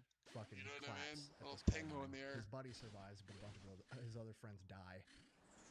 And he goes, gets a job. My clicks are fucking getting being a slower. logger, like a lumberjack. Working again. That coal mining collapse happens, and then he does the same thing again. Gives his logging job to his buddy so he can pay for his wife and Falling kids. out of locked in, A couple weeks bro. later, logging accident. Why Right does he out just the field. randomly sometimes die. do that, dude? So he's like super depressed. Beat I up, really feels gotta like remember what death the is fuck chasing he was him doing wherever he last. goes. Decides he's gonna take his own life. Sometimes he grabs a only pistol, punches like 2 times, puts other through his times head, he'll pulls punch the like trigger, 16 for no fucking click. reason. I have a doesn't go feeling off. it's like a health threshold though. And like when he Like once you pulled the cross certain trigger, he health heard somebody thresholds, you say, get like "Hey, another punch or something like gun that. doesn't go off." He looks around, nobody's there, I'm actually and then almost he goes positive out that's it. and he like can't believe whatever happened. He's immediately, and I've heard like other accounts of this, like when something that event does get stopped, people are immediately like thankful, have a whole new lease on life. Like they realize they didn't want to do it. He has that moment, and then he goes outside of his house in this log cabin in the woods with the same gun that he just tried to fire, pulls the trigger, Nani? fires into a stump, it goes off. So he becomes convinced that, you know, God gave him a second chance, dedicates himself to God, goes to Bible school, he wants to be a preacher. Goes off to Bible school for a couple of years. He's a junior trying to get his degree in theology so he can become a preacher. He gets drafted for World War II. This is pre-Pearl Harbor, but the draft is going on leading up to Pearl Harbor. Like the American government knows we're going to war. There hasn't been the catalyst yet, so they are already drafting people. He gets drafted, goes off to training. He shows up. This is 1940, early 1941, one of the two. And so he shows up to training, and he's grew up in a log cabin in the fucking woods, dude. He That doesn't actually know anything freaked me about out, the I don't know military. There's why. no TV shows. There's But no I actually OCs thought I read, got it there for a second. doesn't know anything. He gets off the bus, and they're like, "All right, Silly you me, want to be dude. infantry? Go over there. You want to be Silly artillery? Go me over there. You want to be a medic? to Go think over there. that You I want would to do this? Go over actually there. find Didn't know any what any of joy this in fucking today. words You mean. know what I mean? So he's like, I don't fucking. For a second, I felt it, sounds right? Easy. I felt So that he fucking walks over to the fleeting. infantry line. Oh shit. Becomes an infantryman. Then gets out of training. He's kind of on Camp Shelby in That's the Mississippi. fucking around. Pearl Harbor gets I attacked, felt that and fleeting they don't know what the fuck is little going on. like So they station him jolt out on the of Mississippi joy. You River, know what I mean? The and little he's just jolt. like camping I was in like, the what is Mississippi that? River in case the Japanese fucking invade. You know what I mean? I felt or if it. they get I attacked. could feel it. I could He's feel out there it. for a couple months. I was They like, bring him back ooh, in. a smile They coming ship along. his ass over in World War II. Pacific or And He then ends up going to the Jagex said, Pacific. So cut to a bunch of bullshit. He winds up. You He thought, winds up bro? becoming an officer. You He's thought a you were gonna lieutenant. get He's in dropped charge of today? a You said platoon, that yesterday. and he's told they're And the about to day invade somewhere before. in And the Pacific, day and he's told, before. You're the first guy to hit the fucking beach. I'm losing my fucking minds, boys. No, Minds. it's Multiple. Guadalcanal. oh yeah. So he's told you're gonna be the first Big one to hit brain the is fucking what I beach. am. Jesus. So like, fucking go. fucking, he's got the moment like gets I'm in the Higgins losing boat, my fucking rolling up, mind. door drops down. He's the Yes, first one yes, off you the Higgins are. Go boat. sit down. Falls immediately neck deep in water. Just like takes the wind out of his fucking sails, you know, like cool guy moment gone. They get up on the beach. He's expecting What I like to enemy do is gunfire. There's nothing going on. when I know he's going into his Gets all fuck guys you up on the mode, beach, bro, there's I just like to dead start Japanese walking dudes everywhere, supplies thrown all over towards the fucking this area, place. you know what I mean? Like, what the So fuck you're is already going in on? position to Apparently the start Marines had fucking already him been up, there dude. for fucking 6 months. Give him that The work. island was already wiped out. Like Guadalcanal was already taken. And the funny part is, if you go back and watch the Pacific, Naughty. you see this moment Surely, I in got the this show. right. Like Yep. the army guys are rolling up after. It's the fight. They're, probably, they're all nervous, honestly, like they're racking their guns. 100 they're out getting of ready 100 to go. Like, the army times, guys were if I told that don't they were gonna know, be the just first better ones to there. put it on And then they range. get there, the I don't Marines think are I've like, ever "What been took one you shot guys by so his long?" magic yet. Start raiding all their shit. So that doesn't happen. He hops into the next campaign in this island called New Georgia. Also brutal jungle warfare. It's basically Guadalcanal 2.0. Goes out with his battalion. His battalion gets cut off and surrounded for, I believe, 29 days. Completely cut off, I surrounded. think you've got me He goes cornered. from I like got you 180 to cornered, Bubba. 119. Loses a ton of weight. A lot of his guys get fucked up. I have They you make it right out. where I He want goes you. back, regains some weight. They take a bunch of the other guys that are healthy enough again, go back out on another mission, gets caught, surrounded again. This time it's for 21 days.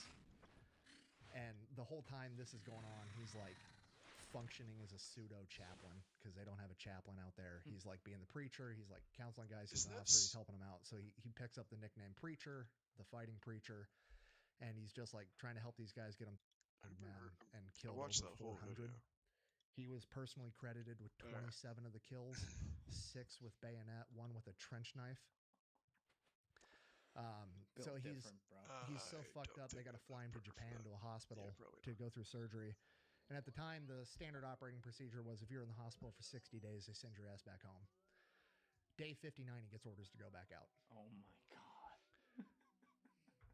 So he goes back out, and by this point, he basically shows up, and that's when they make the amphibious landing in Incheon, and they start pushing the North Koreans all the way back up the perimeter. Is this before or after General MacArthur was fired? Like what point in the war? He isn't fired yet. This is what gets him fired. Oh, it got him fired. So MacArthur has the amphibious landing at Incheon. He's supposed to, push up the peninsula, take out the North Koreans. As they're approaching the Chinese border, MacArthur is ordered to stop short of the Chinese border because we don't want the Chinese getting involved. Like, we're not coming for them.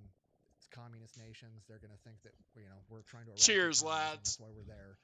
So he's ordered to, stall short of that, but he decides to push forward anyways. He pushes the forces all the way up to the Yalu River, which is basically the border of China.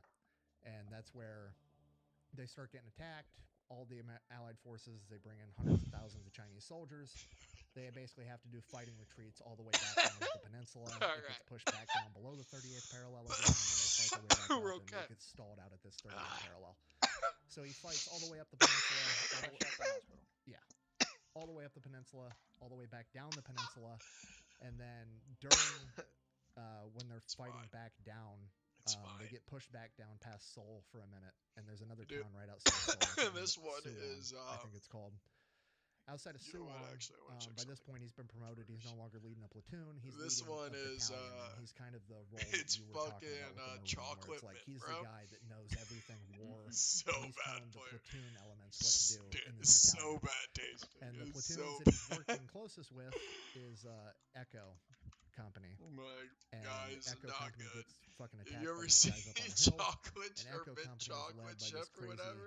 lieutenant that also fought in World Just War II don't, named Louis Millet. Just don't get it. And Louis Millet has, To be fair, I would never have likes selected combat, and this he's if heard like that the I communists knew are it was talking shit, that, saying the Americans are scared to bayonet fight. So he Here decides. we are, bro. Just don't He grip decides me that around he's the going to mud. lead the last bayonet So we're charge in cooked. American military history and take the hill, and he got to oversee that as well. And then after, That's so fucking cool. At any point was he like thinking about, I'll get back to it. because he's like a big Christian We guy, got one more. owes his life to God and Two more. everything. He's just out here full blown Ben Stiller in it and fucking. That's what I'm picturing. Him on We top can do of the something tank with Ben else. Stiller and Tropic Thunder. Like, Also I down to mean, I run skipped some the stuff if Marilyn anybody Monroe's wants part. It to. gets worse. all right, well let's keep going. All right, sorry. Rewind. World War II. New Georgia. So he gets done in the Pacific. Or show you after how he to do gets done with something that if you need to New learn. Georgia campaign. He gets a letter. I Says am he's back down in for World War II. Sorry. whatever. He gets Excuse me. 2 letters. They're backdated 14 months. One letter's from mom and dad. One's from his fiance. What the First letter, mom and dad are getting divorced. Second letter, fiance is leaving him. Oh Jesus. Then they come around and they're like, we're taking volunteers for a dangerous mission for guys that have extensive jungle warfare training. And he's like, don't have anything else to go home to. Fuck it. Why not? So they're all right, get on the boat. okay. So he gets on the boat. They're Not a taking him to all these different single islands. view He from winds up in YouTube. Australia. He's like, where the Okay. fuck are we going? Next thing he knows, These are remember, the weirdest Japanese ever. yeah, remember, Anywho. dude grew up in a log cabin in Michigan. Like, Yeah. next thing he knows, he's in fucking India. Like, what the fuck is going on? Yeah. They start training for more jungle warfare in We India. shall And then he figures continue out, down like, this oh, here's the rampage. mission. All right, boys. We got Cheers. 3,000 guys, including you. We're going to walk from India into Burma. Are we ready? the I'll jungles wait of a Burma. second. I'll wait for you And guys to you're going get to it. go fight the Chinese while they're in Burma. Full-on guerrilla warfare tactics. Your whole mission, I can be a good prevent boy. the I'll wait Japanese for you from guys. taking out China. China's basically cut off. We need to establish a foothold in Burma so we can establish the Burma Road to get supplies to the Chinese so they can defend against the All Japanese. right, ready? Because if China Let's go. falls, Japan and the Nazis are going to have a direct like highway between them, Right, and that's going to be yeah. awful for the war effort. So we're going to send you 3,000 guys into the jungle. Just go fuck up the Japanese as much as possible. 3,000 guys to stop the connection of the entire Eastern world. Now the problem is they can't get supplies into China, Mm. right? So how are you going to get supplies to 3,000 guys that are trying to fight a war? Airdrop 'em? That's all they do. They lived in the jungle for 7 months straight while they're getting airdrop supplies, Oh my conducting God. guerrilla warfare operations against the Japanese. 3,000 guys against how many, would you say? Whatever the know. fuck the Empire of Japan had. And they were just in Oh, there we're good. wreaking havoc the entire fucking time. And I get into like the different major battles they had, but this That one unit's got me called Merrill's sweating. Marauders. General Merrill was the guy in charge, and this would later go on to become the 75th Ranger Regiment. We're So okay. this is like the predecessor to the 75th Rangers. So these guys were functionally special forces at the time. Oh, And I got he me was selected because of his experience inside of the dangerous mission. They asked for volunteers for another more dangerous mission inside the dangerous mission. Nobody volunteers, so he gets voluntold. You're the guy. He is the platoon leader for the INR platoon for the whole element. INR is, intelligence and reconnaissance. So he's a scout platoon. So he's like 30 miles ahead of the rest of this Oh my element God, in the jungle. in the jungle, moving forward. He's that the where eyes they and came- ears. Is that where they came up with long range? That's LRP, long range reconnaissance patrol. That's Vietnam. Okay. But That yeah, didn't this is feel good. basically where this all stems Yeah. from and starts. Was he at the middle of that one too? But I feel Coming good. up with LRP You know in what I mean? Vietnam. Oh yeah. Is that where this is going? He was the guy that invented that there too. He didn't. He didn't. coin Locked it, but in, I mean, he boys. pioneered the Locked shit, in. right? So, while they're in, he's in Merrill's Marauders. Fuck, lost my train of thought. That My shit bad. almost So gave he me was going that. ahead 30 miles. Oh, so he's ahead like 30 miles. So, and there, this is such a historic military unit, and they did so much shit while they were there. I had to like stop reading his books and doing research on him, and I had to go and read a book just on Merrill's Marauders. Okay, and Merrill's Marauders has a book. It's about Here this is we about go. 3,000 dudes. This is all talking about here's Wish me luck, this guys. entire element moving through, and Oh, here's shit. what happened. Like Oh, they're I hit not really talking about individuals, and he's just a platoon leader. Woo! Like he's not a. You guys he's see not that important, shit, He's not a dude? general. That he's shit not a tickled my colonel, he's not an nuts. officer. He's not in charge of shit. He's in charge of 30 guys. In this book, he's named 14 times, and on multiple occasions, his platoon saved the entire element of 3,000 guys. The official historian for Merrill's Marauders equated one of his actions to the Battle of Thermopylae. You see what I goes mean, on though? To explain If that was King range, Leonidas bro, fought on his own that would have hit me soil. for a 54, This guy fought on enemy guaranteed. soil in the jungle. King Leonidas lost all his men. This guy didn't lose a single guy. Do we have tape of this guy Oh, talking? shit. Like being interviewed? He doesn't Stoked. even have a fucking Wikipedia page. It's fucking crazy. Did you hear about him from that book? I forgot the Is order that of how you found events. out about I got an email saying you should look into this guy, and then I looked into it, and anytime I get an fuck email like that, I just Google it. I was like, there's no Wikipedia for this guy. What the fuck? But the nickname, the Fighting Preacher, was so compelling that I just kept Nice. fucking digging deeper. He wrote memoirs later in his life. I hit the but bow on that they'd one been and out of print forever. I immediately, finally tracked down a copy of his immediately book, forgot and what then, came went back, next. pulled all the stuff I could find from like National Archives, his award citations and everything, and like I cross-verified Please. everything, and it's like everything he says. I he don't did think in it's his too book, much he to ask fucking for. did. And then he's in. I'm just You know doing what I math in my head. He was 31 when he went to Korea in I'd say at 1950 or this 51, point, So by the time I've Vietnam's earned it. popping off, he's in his mid 40s. Now give So it yeah, to so me, then he finishes please. up with Merrill's Marauders. World War II ends. He goes, does the Korean stuff, gets pushed down the peninsula, overseas. Does the I can almost oversees the guarantee last you, though, out of bayonet those charge. After that, 96 he gets deaths, I shipped home. probably got it. From here, he decides God, he's that just makes going to me finish out his so career in the sick to military. think He's about, already dude. been in long enough. Yeah. So he goes. He Out of basically helps one of rewrite those the book on dots, jungle warfare. He's it's working at the very Pentagon for like. a while. I mean, it's And then it's he a gets, it's a he's like, I 25% hate this. I chance, hate paper push and stuff. I want to right? go back. So he goes out to Bragg, And I assume like and he's like, in I some think like he's 44 at the weird time. way, since I And haven't he's gotten like, the drop I'm sick yet. of having to walk. If you were to take that 100, it Mero's probably not is on even his a walk. higher percentage His chance. platoon scouted over Potentially. 1,250 No, I mean, miles of jungle. No, I think I'm just being retarded. kinda I good. think the percentage. So he's like, I'm tired of walking everywhere. I want to jump out of planes. So at 44, he becomes a paratrooper. Maybe not, because that's like And then they're assuming that I like, got the drop Hey, now, you want to right? become a Green Beret? He's like, sure. So then he becomes No, a fucking Green Beret in his mid-40s. Oh my god. And then Vietnam pops off, and he doesn't talk much about what he did in Vietnam, but he was sent over to Laos as a Green Beret to be a technical advisor to the Laotians on how to combat communism. Which, you ever heard of MacVsog? I have heard of that. Remind me though. Yeah, John so Struckermeyer. MacVsog was the Green those are some Berets that bad were basically motherfuckers. operating in Laos and Cambodia, Fuck. waging a shadow war against the Vietnamese the entire time. Like the most dangerous fucking combat you could imagine.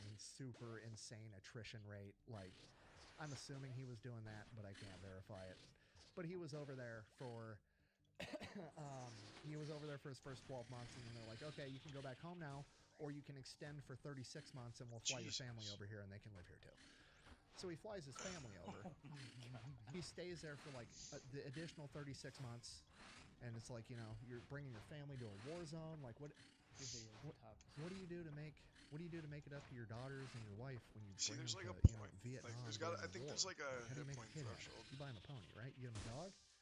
They're in Southeast Asia, so he gets him a monkey. Oh my Yeah, god. should've Spunky the stayed monkey. range. Spunky the monkey. Spunky the monkey, because that's what this story needed. And yeah, I ends always up like no matter what, his unless career I'm in above Vietnam, like brings 50 his health, family I'll and the just monkey take back that. home, keeps the monkey forever, Every time. and then goes on to become, I forget the title, but basically the campus religious leader for Texas A&M for 13 years. After all that, still the chaplain. Still the chaplain. Oh my god. This is him, Logan Weston. Medal of Honor, Silver Star, U.S. military, man of God, and Yeah. badass motherfucker. Can you pull up my Instagram? There's a picture of him with all Call of me his a medals. So monster, he got guys. given the Distinguished Service Cross. He was supposed to get the Medal of Honor for repelling But that I attack actually of go 700, out of but my the commander way that kept when arguing somebody back on and a forth with him YouTube comment basically made sure he didn't brings get up the, religion that is that just post. subjectively Next one over. No, other one. shouldn't Sorry. be brought Right. up. There you go. I That's will all go his out of my medals. way to The remind fucking them shadow box. That It's as fucking- tall as that he they is. choose to He's got protect over their priests 200 awards and have commendations. done When did this guy unfavorably things with children, He bro. lived to be like 86, I think. Alright, So I remind them that their 20 years ago. cult Yeah. and who their supports That's is an no insane bueno. sack. No. What got you No into good. telling these stories? They're so compelling. We don't I like mean, you do so cultists many here. of them across I mean- military history. I started doing, the whole YouTuber thing. Like, I didn't do it on purpose. It was an accident. I told Right. you I made a video about a grocery store, and I got 12 million Over views. here, we and are then, I was logical like, human I beings, guess I should keep right? doing it. So then I made like a couple more When we videos. read The and then, Lord of the Rings, I'm just looking for any ideas to like. We crack don't jokes go and be outside funny, and so I start made a video telling about how people. the Marine Corps is the craziest branch of the military. It's not Fuck. even a branch of the military; it's a cult. And I, that the Eye of I did a little Sauron is quick real, 3-minute video right? of all the little crazy shit they do, and think I said that people right. loved it, and they were like, "Oh, now do Army infantry, now do Army mortars." So We're then not I expecting started doing elves these and little 3-minute hobbits. videos on jobs, and then that kind of turned into like 5-minute videos Just on saying. equipment. And then one day I just like covered one dude's war memoirs, and people loved it. I didn't think people would want like a 40-minute video, but it performed great. And then I kept doing it, and I mean over time. I mean, obviously, you look for more purpose for doing something other than I enjoy getting views and likes and clicks. Right. And I think the purpose has just kind of turned into, we don't Yeah, I gotta celebrate play this war one heroes picture anymore. perfect, boys. Like we used to have war heroes in World War II. Like you fuck. earned the Medal of Honor, you come home, you go on a war bonds tour. People knew who you are. You were a celebrity. Yes.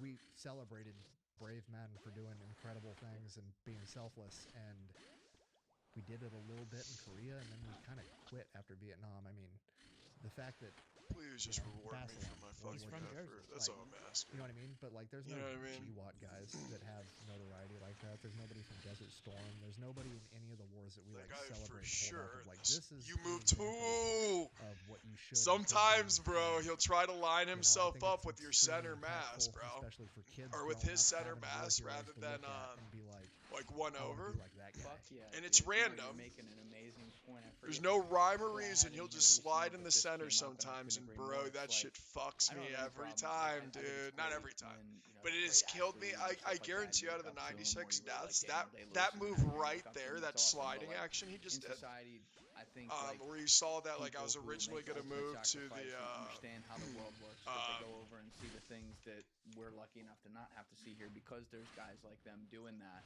I mean, where you I was tell me that originally gonna story move from a to guy like that from one 3 square, and then I generations ago, like across 2 frantically generations clicked the doing one. wars. I feel like I was fucking That nuts. has killed me Like, people probably should at know. What was least his name? Logan 55 Weston? times. Logan Out Weston. of Yeah, people like should know 95, that like name. more than Like, half, I guarantee it. I completely agree, man. I would probably You know, even and argue It would be more, a great but thing like to look up to in society. and everybody that wonders move, why, dude, like, because you oh, just none of click these the kids safe take square pride in every being time, American. Half right? these Like I kids click think that one, America's and he moves bad or one evil extra or one, whatever, and it's and like, let's say like you're look, not you've never finished. heard any stories of anything, like, Yeah. you know what I mean? Like, America has so Like, many heroes that maybe have you done so much didn't put incredible on your shit, and like nobody your teaches you about piety, it. or Yep. like you're having Yeah, ran So, through some of the everything. I saw you So you guys sent click this it, too. and I your really eyes shoot admired over that you here guys because had you in a think World War he's II veteran stopping here. on So you're preparing Unsubscribe. for That the was like really cool. one He step just passed over, away, right? So like But you we do the had a one couple step over, a but he couple summers center ago. One of massed them your left bitch like kind of his ass. So Purple you're Heart, like still as in the line of target rather than mementos here. It was here. really Oh, cool. it's so But weird how he you know, does you're that sitting there and sometimes. you're like, I don't get these it. guys are 100 years old. Ooh, I can do another one. And they were just thrown into a situation when they're 18, 19, 20, and they had to figure it the fuck out. And I'm just, I don't know. It's a strange feeling I that can't you believe I understand, can't but be the it's only like one who's the noticed that. gratitude you feel If you're that farming people this were boss, able to maybe do I'm that doing and really pull bad. that off. No Like when he questions pulls asked. up It's pretty fucking immense. and he does the Yeah, I melee mean, punish.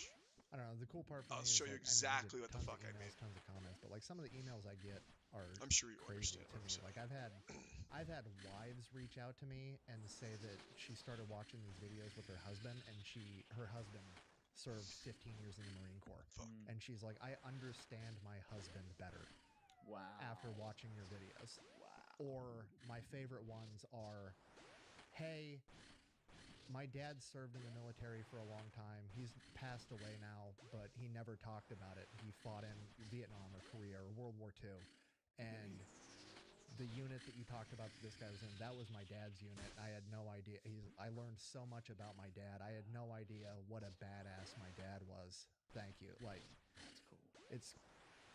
it's cool being able to show somebody like, oh, you know, to you, dad was just the guy mowing the lawn in New Balances, but your dad was a fucking badass at one point, and they went their whole lives never knowing that. That's and so now they do. sad. That's really cool to me. That's really special. And I think, you You talk see- about how we stopped doing it fucking- as a society, like propping these guys up and everything, but like the Yeah. U.S. military to me never stopped having amazing You see people that? in it or amazing talent and being badasses and stuff He He like like that. wasn't Parents with trying the to do money. his attack. What do you mean? I mean, the U.S. government switched over to fractional reserve didn't know. banking, and they That's a could bad just print more example. money to fund wars, and they didn't need to anymore. The reason the U.S. It's government more was realistic promoting that these out of, people was like, to bring them back to sell war bonds because they needed money to go fight the fucking war. That's And a as bad soon as example. they I'll said, show you "Oh, in a what? We can just print more now? I hate having this maggot here. Fuck promoting 'em. these guys. Who cares? I don't need." But you know what I mean? But that also, before fractional reserve banking and they could just have an infinite money printer, if you wanted to go fight a war, it had to be a reasonably popular fucking endeavor because you had to sell war bonds to fund the motherfucker. Alright. Right? Like, how many people see how would've he bought lines up war bonds one? for Afghanistan? Guessing not Like a if lot. you run away, he'll just I'm line guessing up Iraq, like or maybe? Iraq, 2 Mostly squares away. because I mean, of not 9/11, one. but like, Iraq, they would have printed them. I mean, they were doing freedom fries. and Rather all than that. like yeah, center like massing Iraq, they himself would have to sold you. a bunch, but Afghanistan they wouldn't. So it, like, I think that fucked up all of society. It has a ton of downsides because, you know, at least you had the population backing the war Yeah. and caring. And now we've fought a lot of wars Okay. over the years that usually just through like over time and not really having a plan. Jesus Eventually, like Christ, we have to leave and we lose or whatever. Holy But what fuck, I get me always out say of with this. that is, it's not because of the guys who are there that aren't capable. It's because a bunch of people in suits in D.C. who now have infinite money to fucking That was vote and bad.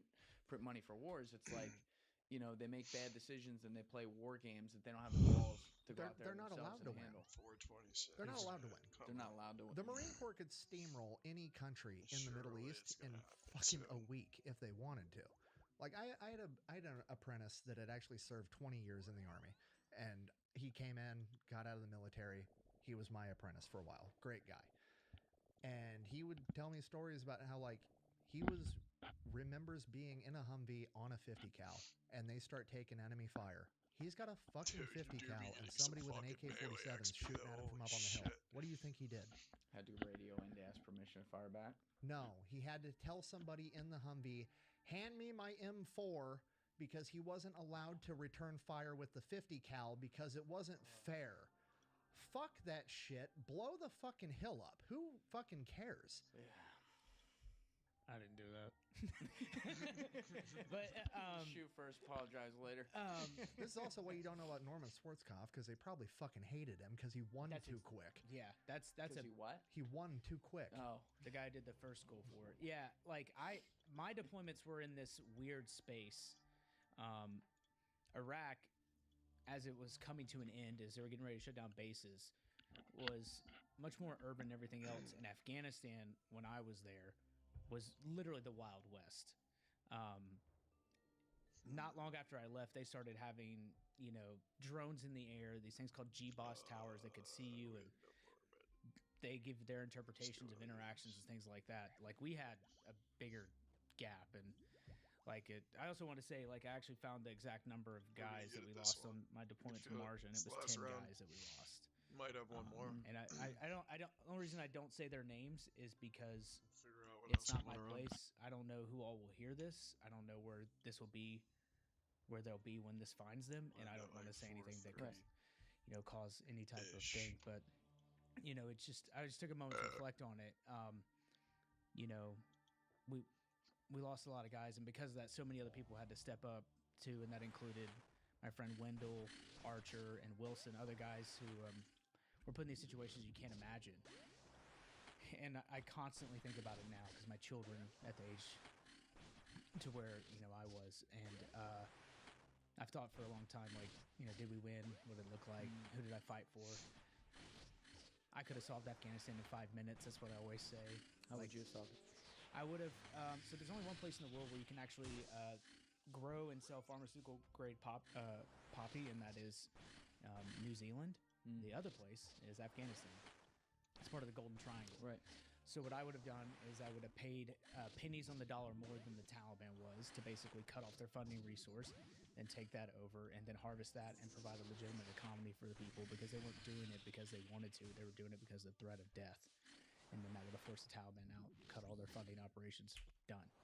And built the economy. Built the economy, yeah. It's not that complicated. Now, does that get, the people at home Yes, thinking about I'm this, good like, here. well, Hell poppy yeah. can be turned into heroin and a whole lot of shit. Can that get bastardized in a way that it turns into, I also brown bought deals for the, a black market? Like it did. by the way. That's what it is Why I'm now, stuck and at that's this what it boss was. is because I also But, bought you could also wean them off of that. Like, if the long-term goal is to not have that, obviously you can change that. But if you're paying pennies on confliction the dollar outlets, is that more what than they the are? war for 20 years, I remember, we were doing a buyback Whatever program, fucking and we the would 80 go mil to one them. is. Oh shit. This is literally what I was ordered to do. They're like, go up and offer them basically 75 cents on the dollar, and I was like, I'm not doing that.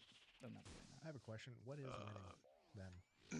I know everybody says America's never For this hasn't won a war since boss, World War II or whatever. Blah blah blah. Like, what is? I was really hoping what to was the winning? fucking when I in started World this, War when I II? invested, I was hoping, okay, What do I'll you be able to mean? buy.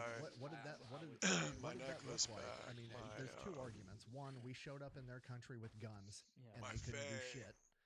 Two, we forced their government to sign a treaty. And then Okay, well, if the government doesn't fucking I exist sold my eye of anymore Yak because as well. we overthrew it But entirely, or it just I never had one, the gauntlets with the eye. what other options are there? So I was hoping to get other the than eye we back, showed up, 'cause walked then I'd around your finally have country the with guns, gauntlets and did with it. whatever the fuck we wanted And the entire then time we were outside there of until we TOA, I'm not decided really to leave. too sure with Right. what content I that's think great it's a at, but matter obviously of what anything happens they can do when magic. either we do majority leave magic or the damage shooting at. stops. Right. So in Afghanistan, So that's to what I look was at hoping. a modern day example, it's like. But I it was don't think that's badly going to be a executed thing. I mean, I Kuwait, could obviously still not the just fault of the buy Brits it there at if I all. get the Yep. strap. And we left all the and weapons just leave out behind. the The guys thing that for were in charge now. 20 years ago became can in still charge get again, the, and there are people that felt like, wow, it was just time is a flat Berserker circle. or whatever, Whereas fucking, not the when rupture you of the finished World War anguish. II, you took out the Japanese emperor. Empire. You took out the Nazi command. You made them start a new government. You have a new problem with an old ally that now you have a Cold War with afterwards. But like effectively, the moment of like the world's fastest growing GDP, trying to start a forefront war and take over the world all at once with whatever his fucking ideas were, that was stop. I would describe that as a win. For sure. But then the question is like, so the hinging point is like, can we teach this group of people to rebuild a society that can be productive again? What do you do when you can't? That's hard. We shouldn't have ever left Afghanistan. That's it. Yeah, I was gonna Like, ask you what Hard how you- stop. We should have never left. There's a precedent. We didn't leave Germany. We're still there. Right. We didn't leave a bunch of countries around it. Vietnam, Korea, we're still there. Japan, we still have a Marine base there. Both of them have become world superpowers, Japan and Germany alone, in technology, innovation, society, because we were there to stop a power vacuum to being created. We should have kept a base in the north, well, one in Kandahar, and then one up in the north, I think around Bagram, probably would have been a good spot off the top of my head. I don't really know that area that well, but I mean, Tyler Vargas Andrews, who was on Sean Ryan, who's a very good friend of ours. Amazing, guy. tough as shit, one of the best people out there. When you hear the way he was hemmed up, and the way I wasn't, like, they had ID, they had intelligence, they knew what was going to happen, and they're like, no, it's not that, and like literally I'm gonna steal this from him because I think about it all the time. He said it was like if someone filled this room with sand. That was what it was like, the amount of people that were trying to get through to leave. It's like it was unstoppable. And you see that, and you see the impact that it's had on that part of the world. That was nice. Where things are, it might look good for the influencers they're paying to fly out there, but it's not a good place to go. I don't care how much the Taliban's cutting you a check for to go rollerblading down the one road they have. It's not a place you want to be. But we have created another power vacuum in a very dangerous part of the world again. Yeah, it's an interesting argument with the bases and stuff, and I could see a good argument there. But when they did decide to basically like get out, and now you're post-career veteran watching this, who was there, Oh. lost friends after to That was suicide as stupid. well. Double. Over double. Since I left the service 2011, the first suicide was in November of 2011. And again, I'm not gonna name names. It's not my place. And it just continues to happen since then. What's going through your mind when you watch them pull out in August 2021? I was in a much better place personally, because of a lot of things I'd done. I had started. When I got out in 2011, I realized no one was coming to help us, and so I started working with nonprofits. I started trying to basically do what I do now, but I wasn't making a living doing it. I was the only guy who knew how to do the GI Bill. I was the only guy who knew about benefits and nonprofits that'll send you to ride horses if you want, or hyperbaric oxygen therapy, or you can put magnets on your head, whatever. I was like doing all of it, and I worked with a nonprofit for about 6 months. And I started like basically auditing and using anything that I could to make my life better. And I wasn't like, this will make me 100% better, but what if I get like 15 to 20%? You know what I mean? Like, what if I can start chunking together, patchworking, a path towards healing? And, ultimately it's because of my wife and my community and the people I was surrounded by that put me in a place to where I was able to not have the impact really be detrimental to me. And about a month later, I went to Mexico and did psychedelics. I believe it was that year, or maybe it was the year. I can't remember. It was either 21 or 22 when I did it. And what did you do specifically? The thing that everyone talks about now, I did ibogaine and DMT, but back when you had to lie about it and not tell people, we had to get medical exemptions on our passports, all these different things through an organization called VETS, which was a life-changing thing for me. And it took, obviously, like, it helped you tremendously. Yeah, no, it's one of the single greatest things I've ever done. Was it immediate, or was it a gradual improvement afterwards? Immediate. Why do you think it was so immediate? I mean, so ibogaine is it's outlawed in America. It's because it has been shown to have 100% effectiveness in opioid cessation. It attacks all the addiction centers of the brain. Can't have that. Can't have that.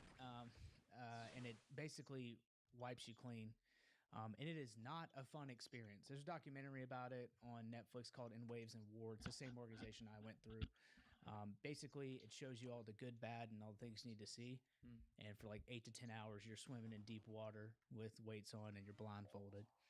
And I don't want to go too much into it just because it takes a long time. But like for me, what I kept seeing was a photo of my wife and 2 daughters, and it was like fuzzy and unclear. And as it got closer to me, like it would become more clear, and as it got closer, these moments of trauma throughout my life would kind of appear like on camera roll of your phone. I would spend time with it and go back down in the medicine and come back up and purge. They say it's a physical manifestation of trauma that you're purging, and I hadn't eaten in 12 hours, and I don't know what came out of me, but something came out. And wake up the next day, you're like trying to stand up and can't because like your brain's like literally brand new.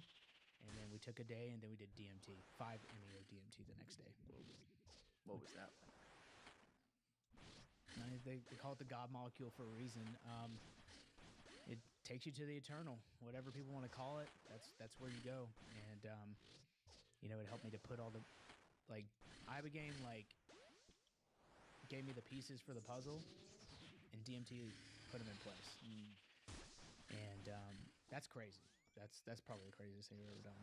Was it the kind of thing where when you're forced to, I was just thinking this when you were describing the Ibogaine part, where you're forced to kind of see these Dude, my guy traumas is and live in them so hard. during that period? Is it like, it's not just facing them, but then also like you get like some self-forgiveness out of it? Like it's in the past? Or? Yeah, I mean, it was a combination of like my life growing up through having an alcoholic father who's abusive and all the different things that come with that, and then like all the stuff that made me good as a Marine made me bad as a person. My ability to carry around trauma and compartmentalize it, just put it away in the rucksack, keep moving. Well, eventually it gets heavy, and I'd been carrying stuff for too long, and I'd not put it where it belonged, or spend time with it and understood it, or losing my friends, or what could I have done to be better?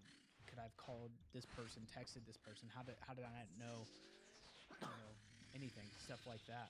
And so, when I did that, the ceremonies, it was unlike anything else. I mean, it's why I'm excited that the VA's working with HHS to fast roll it. I mean, we just talked to the Secretary of VA about it. They're literally laying out a plan.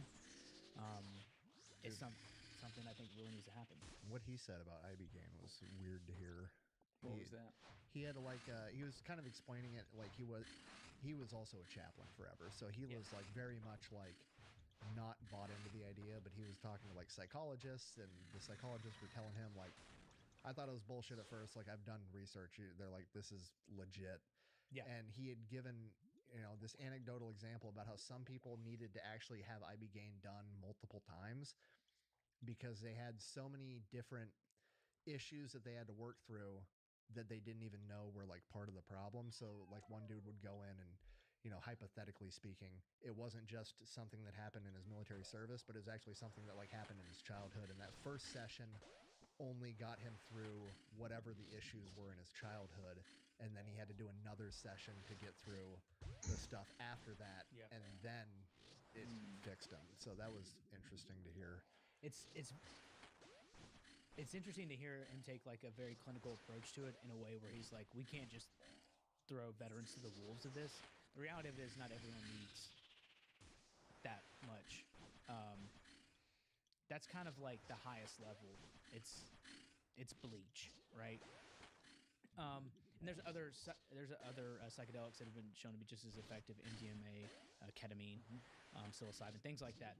That's what you're supposed to do. I skip those steps. I don't recommend what I...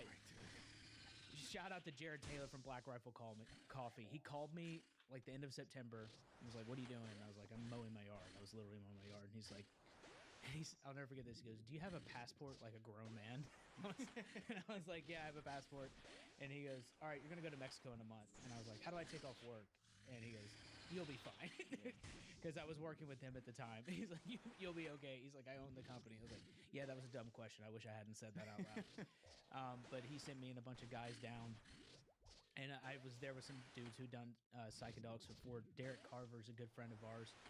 World champion powerlifter, has one leg. He looks like the thumb things from Spy Kids, minus a digit. So he's just a big fist. And we took the medicine. It's weighed. You're hooked up to an EKG. You have they drug test. You do all these things. You're under care of a doctor and everything. I'll never forget. I look at him and he takes off his leg and he goes, "Won't be needing this." And I was like, "Oh shit, this is about to be gnarly." And it just changed everything. And so instead of, I don't want to seem like I'm stumping or like grifting or shilling whatever for administration. I don't like red or blue. I do like Doug Collins a lot because I've seen them take input from the veteran community and be like, "You're right, we were wrong," or like, "Yeah, we should do that." I've never seen a VA administration do anything like that prior. Like he's like, "Yeah, you're right, we should look into this. I'm partnering with Health and Human Services to figure out how to do this." The end. That's great. As opposed to like, "Well, we'll see," because most people take that job as like whatever. It's like a career. Thank you. You serve. Here you go. Run this thing. You didn't quite make it to president. Yeah, you didn't quite make it. You're in the line of succession. A bunch of people got to go, but you're still up there. But he's a pastor. He just retired from the military, and like he just wants to help. Like he went from having a really good life in North Georgia to living in a condo in DC.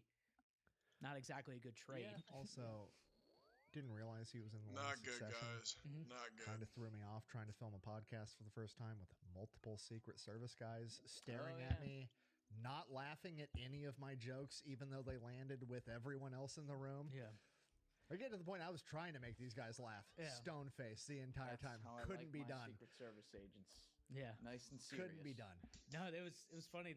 Apparently we were all inside, but the street was blocked off and everything. Like one of our friends was like, "I'm just going to see my friend." Wait, what? The street was blocked off? Yeah, Trout. When he came in, he was like, there was just a dozen cars, Alright, apparently, a dude. half dozen cars outside. So like, What do we Well, they're got? not We got fucking two around, more I guess, of since those. No, We it- got 2024. last I mean, one here. they're serious and At like least for a protect this little man at while. all costs. But like, it's just I don't know, man. It's PTSD. People have a lot of meanings for it. They call it PTSD, whatever you want to call it. I don't care.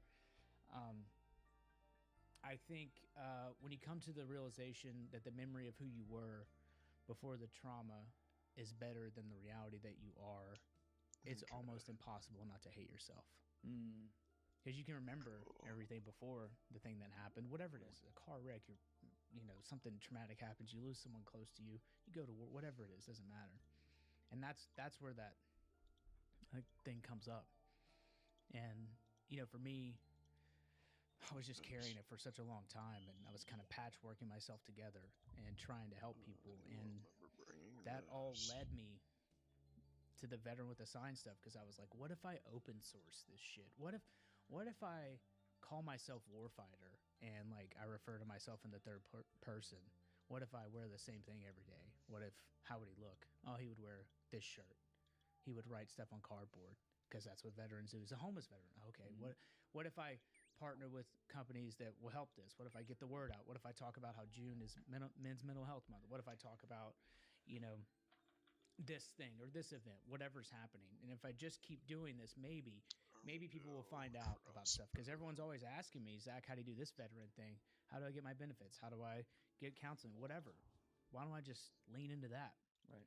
And that's literally what I did. Like That was what, like 7-8 years ago you started? 2020 March, the first one I ever made. It was like the last before the 2 weeks. The 2 weeks. Stop the curve. We stopped the curve. Hey, it was 2 weeks in Iowa for real. Yeah, So I hear. yeah. Tennessee, it was a long 2 weeks. No, it wasn't. So it was like the week before. The young lady was cutting my hair at the time. We were trying to like spend money in the local economy. I went to her, and I was talking to her about this idea, and she was like, "That's a good idea." And I was like, "Will you take my photo?" And she's like, "Yeah, sure." So I went outside the barber shop. She took my photo. And it said, "Drink water, take Motrin, change your socks." And the caption said, "COVID remedy." Unironically, it would have worked. It would have worked. You were early. Yeah, I was a little early. But that's the most common thing people say to you in the military if you're hurt: drink water, take Motrin, change your socks, right?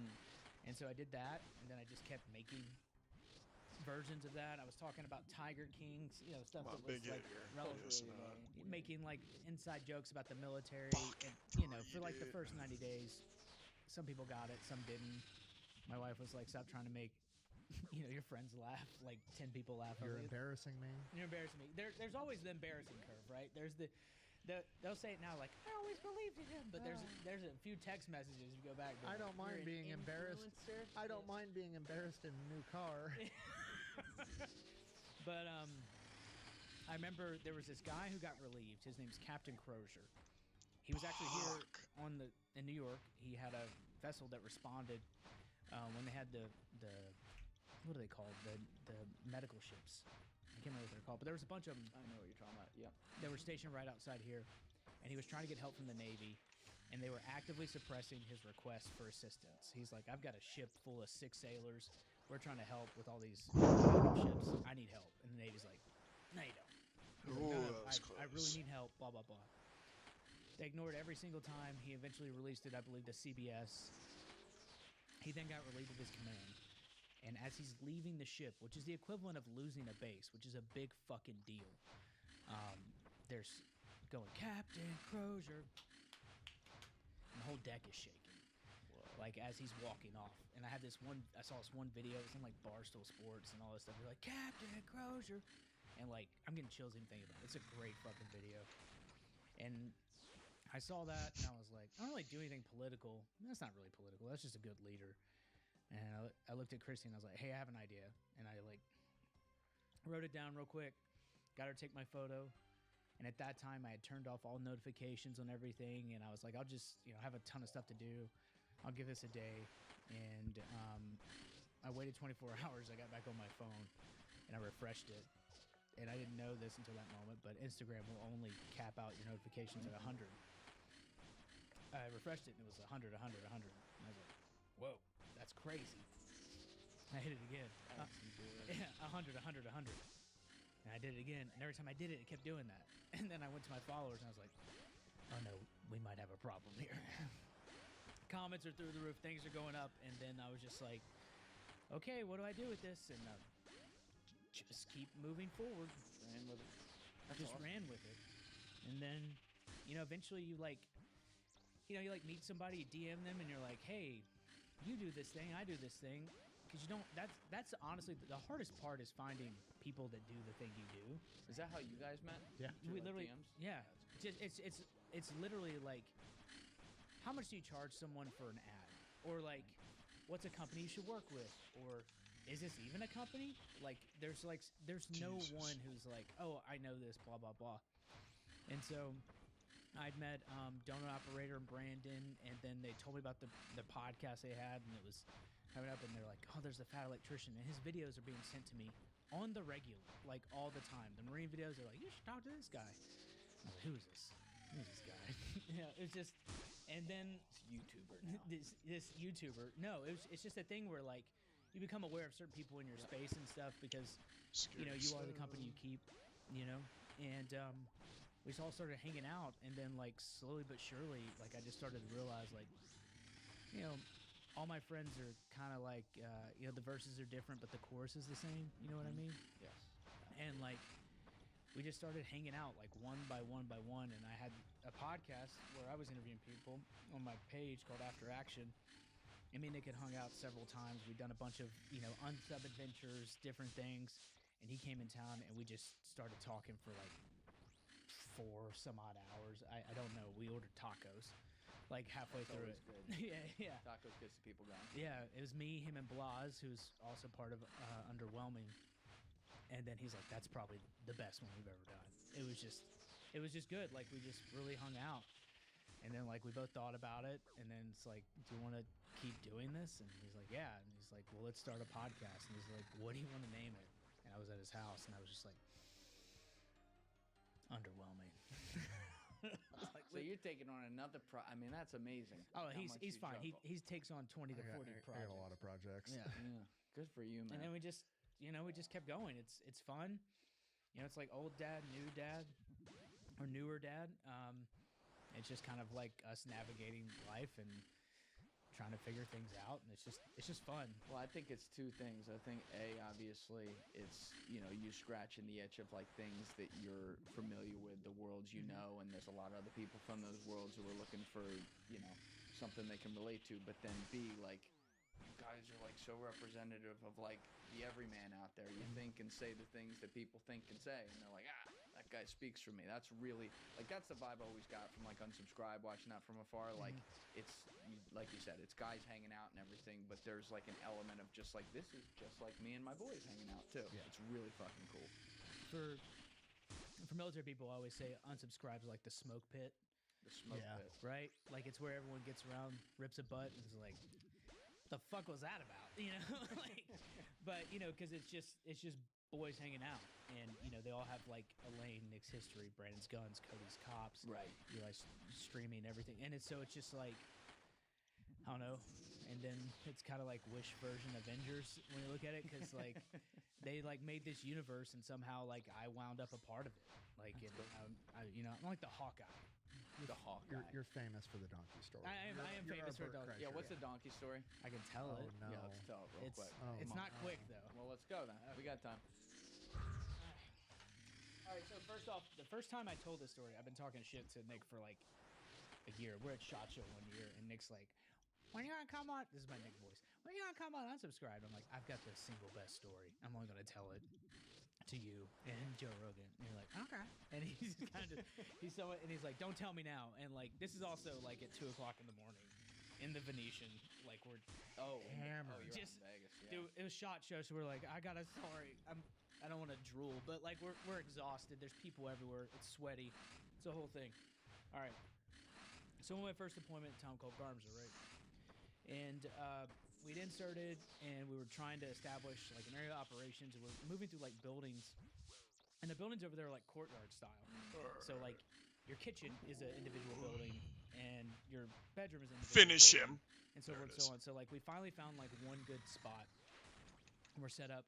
Surely. And I'm doing post, and like Surely if anyone this doesn't know, is it. post is you're just looking out a hole, rethinking your life, being like, "Holy shit, I really wanted to be funny in high school. Like, what am I doing here?" Like you're just sitting there, and we're all the Marines are in this one building, because the rest of them were like either blown up, or we had blown them up, or they had blown them up, and so we only had like one good structure. So there's like 30 guys in there, like laying on top of each other, trying to keep warm. And I'm looking out a hole. My friend Zachary Group's looking out another hole. We're both on 240s down this main thoroughfare, like right in front of us. Crossover fields of fire, intersecting fields of fire. We're ready. Machine guns, and like we're saying like dumb shit. You're just trying to stay awake. You hit that spot where you're like, yeah, I know what you're talking about. You're like, yeah, dude. When I get, and it sounds like old timey. Like when I get back to the world, things will be different. I'll see my gal. Like you're just like, it's not like that, dude. When I get back, I'm gonna get so drunk. I can't wait. I'm gonna eat like fried chicken or whatever. You're saying like, I'm gonna start a business. I'm gonna do this. He's saying stuff, and we had told the people not to move around at night. We're trying to stop movement of the Taliban. All these different things, and we're trying to stop them from basically creating bombs. And we're like, don't do it, don't do it. We even put pamphlets out. Like I said, nobody knows how to read, so we just covered the area with paper. We just played it on the radio. We did everything we could. And so we're sitting there. It's late. It's really late. It's not that far. We're very close to the road. It's like from here to a little bit further than that wall. And we see these two military-age males and a donkey starting to walk down the road. And I call up to the post. I'm like, COG, this is post 1. Roger. We got two military males up East and West and coming down the road. What do you want us to do? I'm on my way over. He like comes over from the other building. He's like looking out of the hole, and he looks at the hole. He goes, listen, they do anything. They do anything at all. You fucking smoke them. Roger that. And I hit the 240. And I'm like, I'm about to go to college for free. Right? And I'm there. We don't even need NVGs. There's no noise or light pollution there. If Marines don't have NVGs. We also don't have NVGs, right? Cope. It's a budgetary issue. Cope. Equipment makes you weak. Chesty Puller said that. Equipment makes you weak. Move forward. Right. So I'm on the 240. He's on the 240. And the COG, Corporal the Guard's like, what's going on? I'm like, nothing. And they get like right center. So like me and group, like we're locked on. We're like ready. Because what comments Guess we when go they plant a another. bomb, this is very well known. This doesn't release anything. The way it works is like He They- really it's wants not a to give it to one-person me. job. Come on. you basically get paid for what you're doing. There's one guy who gets paid to dig the hole. Another guy comes by, he puts the item in the hole. Right. The third guy gets paid to cover it up. Basically, so they don't want to lose like one go. They have like, oh, well, we still have the holes out there. We still have the bombs out there. Cover them up. So like, we thought they would come by, just scoop some stuff or just drop some stuff off, whatever. Waiting, and they just stop, and then like we're looking at him, and he's like, "What's going on?" I was like, "I don't know. They're just kind of standing here." And they're looking around, and then one guy goes to the front, and then one guy goes to the back. And the one guy goes to the front, takes the donkey, and he puts it like this, like he puts it headlock? in like a guillotine. And he locks it up, and and then the other guy takes his shirt and puts it in his mouth, and he starts fucking this donkey. I swear to God. I swear to God, this is verifiable. Like every person I was with, I swear to you, this happens. And I go, oh my God. And group goes, holy shit. And then people start waking up. They're like, what's going on? I'm like, COG, COG. He's like, what? And I go, you gotta get over here right now. I don't say it over the radio because this stuff's documented. And he like looks through the hole. He's like, oh my God, he's fucking that donkey. By this point, every Marine in the room starts waking up. Be like, what the fuck? What the fuck's going on? And so they start looking out of the glory hole, right? The first glory hole. And he's like, oh my God. So all of them are like, they're moving around. I remember guys are moving around machine gun barrels. Be like, holy shit. Holy shit. Eventually called the lieutenant, like, sir, wake up. He's like, what's going on? I was like, they're fucking a donkey. They're fucking a donkey, sir. He's like, no, they're not. And he's like, oh my God, they're fucking a donkey. This is a well-educated man, too. Fucking a donkey, right? And I was like, sir, let's kill him. And he's like, can't kill him. There'll be blood and cum everywhere. So, this guy fucks his donkey for like a long time. Arguably way too long to be fucking a donkey, right? Because you feel like if you're gonna fuck a donkey, you're in and out. No, this dude, he was like slapping on the ass, and his friend's holding it, and then after, finally, it stops. It just stops, and the COG is like, "What's going on?" I was like, "He stopped." He's like, "All right, let me know if anything else happens." And then I was like, "Roger that," and I look up. Then they fucking swapped. Oh my God. So, and that was the moment that I knew we're not gonna be able to teach these guys democracy. So yeah. So I told this story on Unsub. He swapped. I It's knew one that of was their most coming. popular episodes to date. And so I tell this story on stage in Nashville, and the crowd just explodes. And it was the first time Unsub also ever did 2 shows back to back. So we do that, and then Nick looks at me. He's half in the bag. He goes, You gotta tell it again. we're going to act out the donkey story next time. It was his idea. And I was like, what? Who plays the donkey? Our friend Rich. He hates it. He hates it. But Rich was also half in the bag, and he's like, Who's fucking the donkey? both of us. And he's like, I'll be the donkey. And so now it's an integral part of the show where it's like a leading up point, because where Nick tells the story, and then Nick leads into it, and he's like, you guys want to hear a donkey story? So I travel the country telling the story about 2 guys fucking a donkey in Afghanistan. Your sweet wife Yeah. loves nothing more than hearing 2,000 people scream and lose their fucking minds Yeah. when her husband has to go up there and tell a story about 2 dudes fucking a donkey. Yeah. It's all right. Puts up with a lot. It'll be okay. Pays the bills. It does pay the bills. It's just Incredible. no, and it was funny because like for a while she was like searching my friends and being like, maybe one of them will tell me Zach's lying, and like they've all come to the house and been like, no, it happened. It was super fucking gross. We're traumatized. She keeps hoping. It's the only time my wife has been like, I hope my husband's stealing valor. So maybe this is all made up, and maybe it's all a dream. It's not made up. It's not a dream. Sir, get over here. Where are they? I can't say.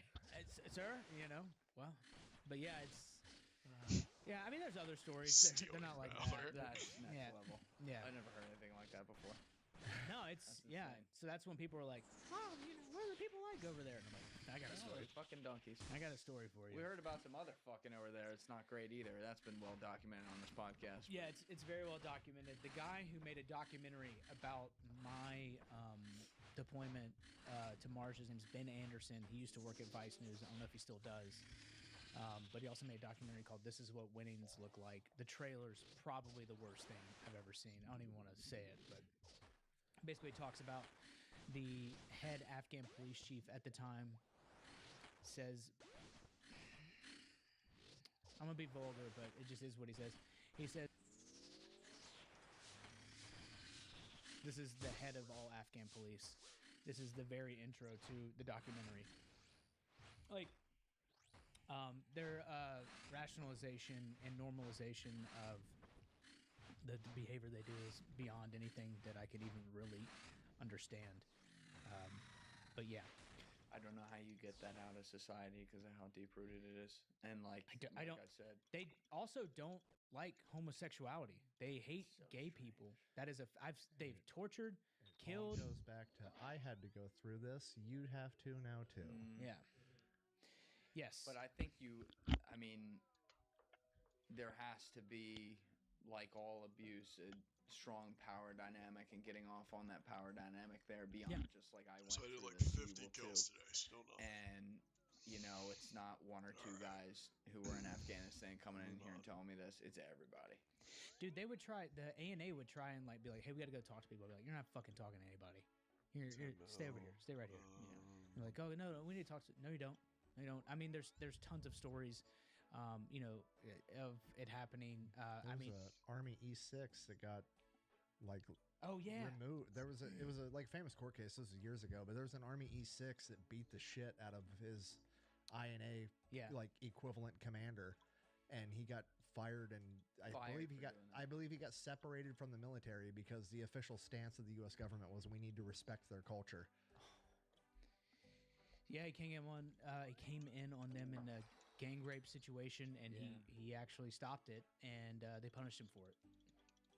I've had people in here who went and stopped those situations and they didn't get punished, but that's crazy. That's fucking crazy. Yeah. No, they were never allowed to be out of my sight. They were always around us. You know, our Afghan army counterparts, at least the ones we worked with. I didn't have any situations like that. I wouldn't allow anything like that. Were you warned about that before you went there? No. I mean, the first deployment we didn't work with them, but the second deployment they were like literally left seat, right seat. They were with us everywhere. So how did you find out about that culture? Like they talked about it? Without going too specific into it, we were working with some intelligence assets internal to the Marine Corps that just gather intelligence, and he would honestly teach us. This gentleman would teach us some of the things about their culture. He would literally be like, "No shit, this is what happens here," and he would explain things to us because like you hear things and like you read things, and the only real cultural training we had prior to that was there was this like professor from like UNC Wilmington or something. She showed up at the Marine Corps Base Theater at Camp Lejeune, and she was like, "This is how you tell this from that," and she would like talk to our whole battalion, and she like played Aladdin and said like how none of it applied to like the Middle East, and I was like, "Yeah, we know." Like she's like, "This isn't real," and I'm like, "No shit, genies aren't real." Holy fuck, that's Robin Williams isn't over there. And I was just like, damn, they really make anybody a professor these days. They literally cut her speech short because it was just like insane. Yeah. But there is some cultural training stuff that goes into it. But like honestly, like the majority of the things that we would do would like moving on with life. That's I what was always doing worried about the was kids, moving on. in particular the young girls, because like one of them. There was one of It I took a photo appears with my we will first never be deployment, just lucky reminded me with of my this daughter. boss. And But I gave her perhaps some we can Skittles lure once. here. We were walking by, I just gave her some Skittles, and her little brother came up to her and like started hitting her with a stick. And so I walked over there and I was like, "Hey, what's up, bud?"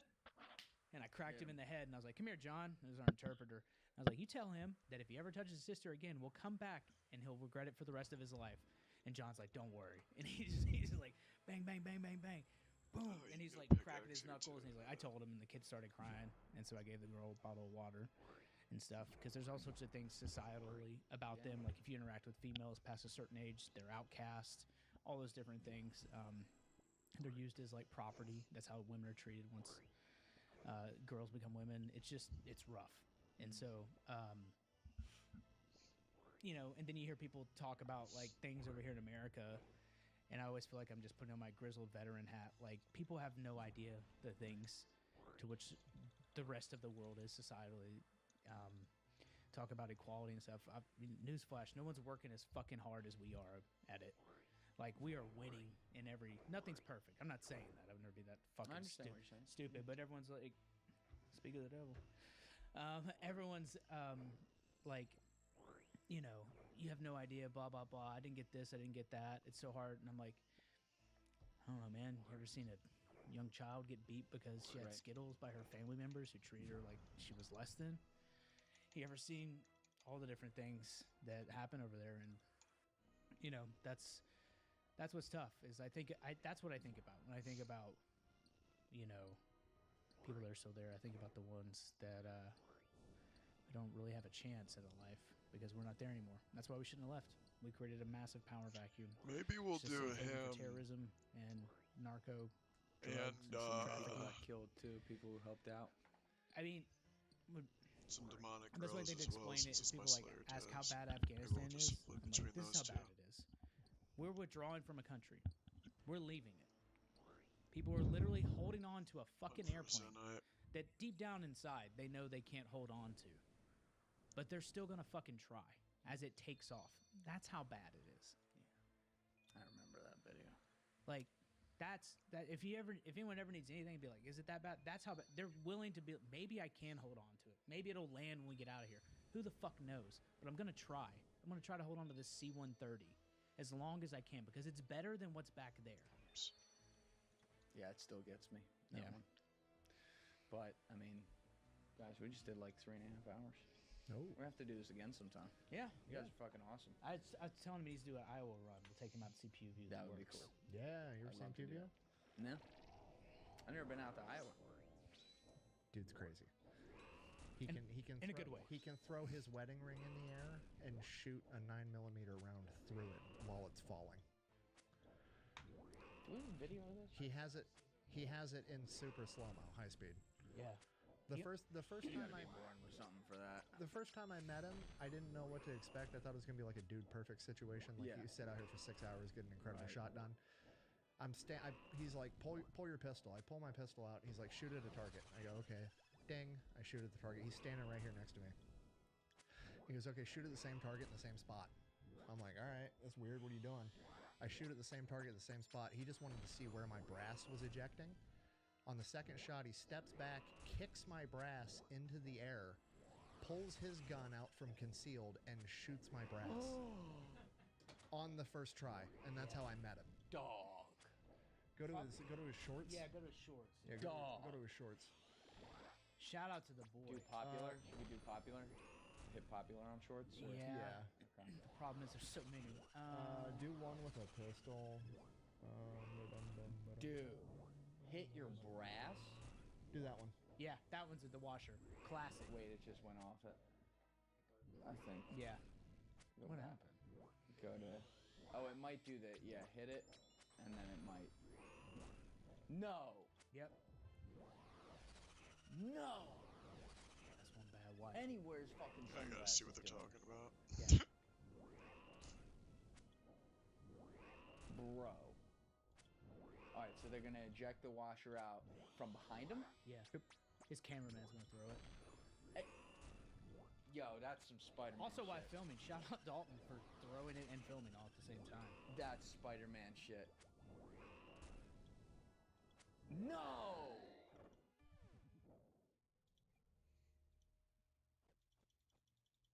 No fucking way. Yeah. Bro! Is that AI? No. I've seen him do it I've seen him do in it person. several times. It didn't even fucking touch it! Yeah. Nick, didn't he buy the slow motion camera just to counter all the comments? Just to do this shit. Yeah. Because people didn't believe it. Oh my god. Yeah. Alright, yeah, I would love to come see that. Me and him outdid Mythbusters in an afternoon. Like, it's I crazy. mean, this is Jesus of guns right here. Show another pistol one where he's just fucking tearing it up. Do that one far left. That one. How do you slide? Oh, yeah, yeah. Slide move so early. Okay. What the fuck? It's a lot better with sound. With sound, it's Oh wait, we gotta take it off because Yeah, you have to take the it's sound gonna out, Be, yeah. Smart guy because it's copyrighted. But I mean, I can see it with this. That's just like that looks like some dude, some kid in his basement who's played Call of Duty nonstop for 11 years, except this is real. Yeah. And then what's he doing now? He's Just beating it up. Yeah, he's just beating it up. beating just up to the prove he gun. can do it. Yeah. Yep. What the fuck? Yep. He Yeah, I wanna gets come out and see his videos on YouTube get demonetized a lot because you're not allowed to shoot machine guns and have the video be monetized. But he's not shooting machine guns; he's shooting semi-auto guns, Yeah. and he just is able to fire that fast. Yeah. There you go, YouTube. See, monetization followed. He's firing semi-auto guns, not a machine gun. He's just God. Wow. So I To a shirt. That's hilarious. I He's never just really God. had any pistol shooting in the Marine Corps at all. He's so good at it that the first time I shot, he was like, "Hey, do this with your hand," and like every time I'm around him, I've probably become a better pistol shooter by like 50%. And he could even like one time he turned around, he's like, "Hey, you're squeezing too much with your left hand." I was like, "Were you even looking at me?" He's like, "Nah." Can he bend a bullet? If anyone can do it, it's him. Anybody can. It's him. Yeah, I gotta come see that. I would love to see that. That's crazy, bro. That's some next level shit. Yeah. All right, boys. Well, we're gonna link all the channels and everything down below. We got Fat Electrician, Veteran with a Sign. We also got the Underwhelming podcast. We'll Yes, put sir. Unsubscribe podcast down there as well. What else are we missing? That's it. I That's think, it. man. Yeah. Cool. Well, thanks so much for coming out. Yeah, It's man. been awesome. Thank We you. gotta do this again sometime. Yeah, yeah. Sure. It was Thank awesome. you. Everybody else, you know what it is. Give it a thought. Get back to me. Peace. What's up, guys? Thanks so much for watching the video. If you have not subscribed, please hit that subscribe button before you leave, as well as leaving a like on the video. It's a huge, huge help. You can join my Patreon via the link in the description, and you can also join my clipping community via the Discord link down below. See you for the next episode.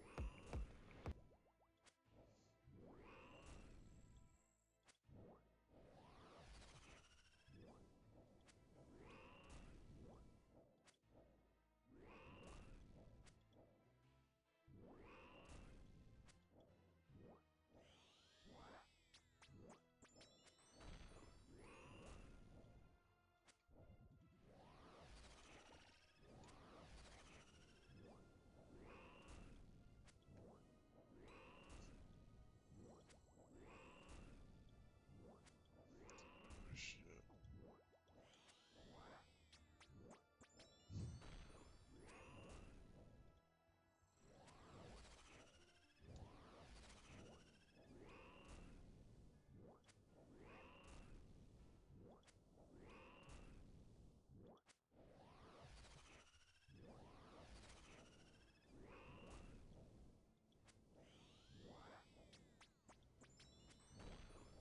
Brother, just finish it. Jesus Christ. Nice. A supply drop.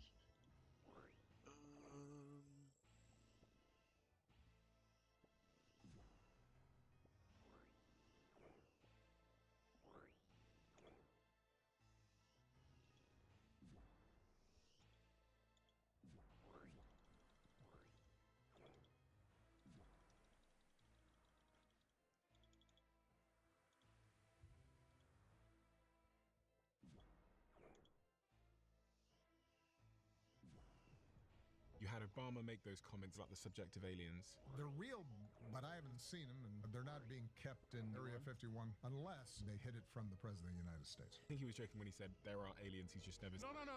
Obama is scientifically literate. But if you have the aliens and you don't want the president to know, the president's not going to know. So do you believe there's intelligent life in the universe? Well, we have whistleblowers saying we have actual aliens. People have testified we have aliens. That we have I alien love crash these parts. So videos, I don't guys. see why they wouldn't be given the size of the universe. And Neil deGrasse Tyson, what is the most pressing question that people are asking right now about the universe? And the first thing I wanted to ask is, why are people so interested in going to the moon? It's geopolitical. China says they're going to the moon 50 years after we go to the moon, and we all of a sudden decide we want to go to the moon? Is there an economic upside to it? No. Talking about data centers. No. I already answered you. I said we don't want them to go to the moon without us going to the moon. And there's no laws up there, is there? Space law is a wild west Bureaucracy, though, at this point. sometimes It's like kind who of owns the fucking moon? annoying. Nobody. Well, they're trying to figure that out. But don't delude yourself into thinking we ever went to the moon for science, then or now.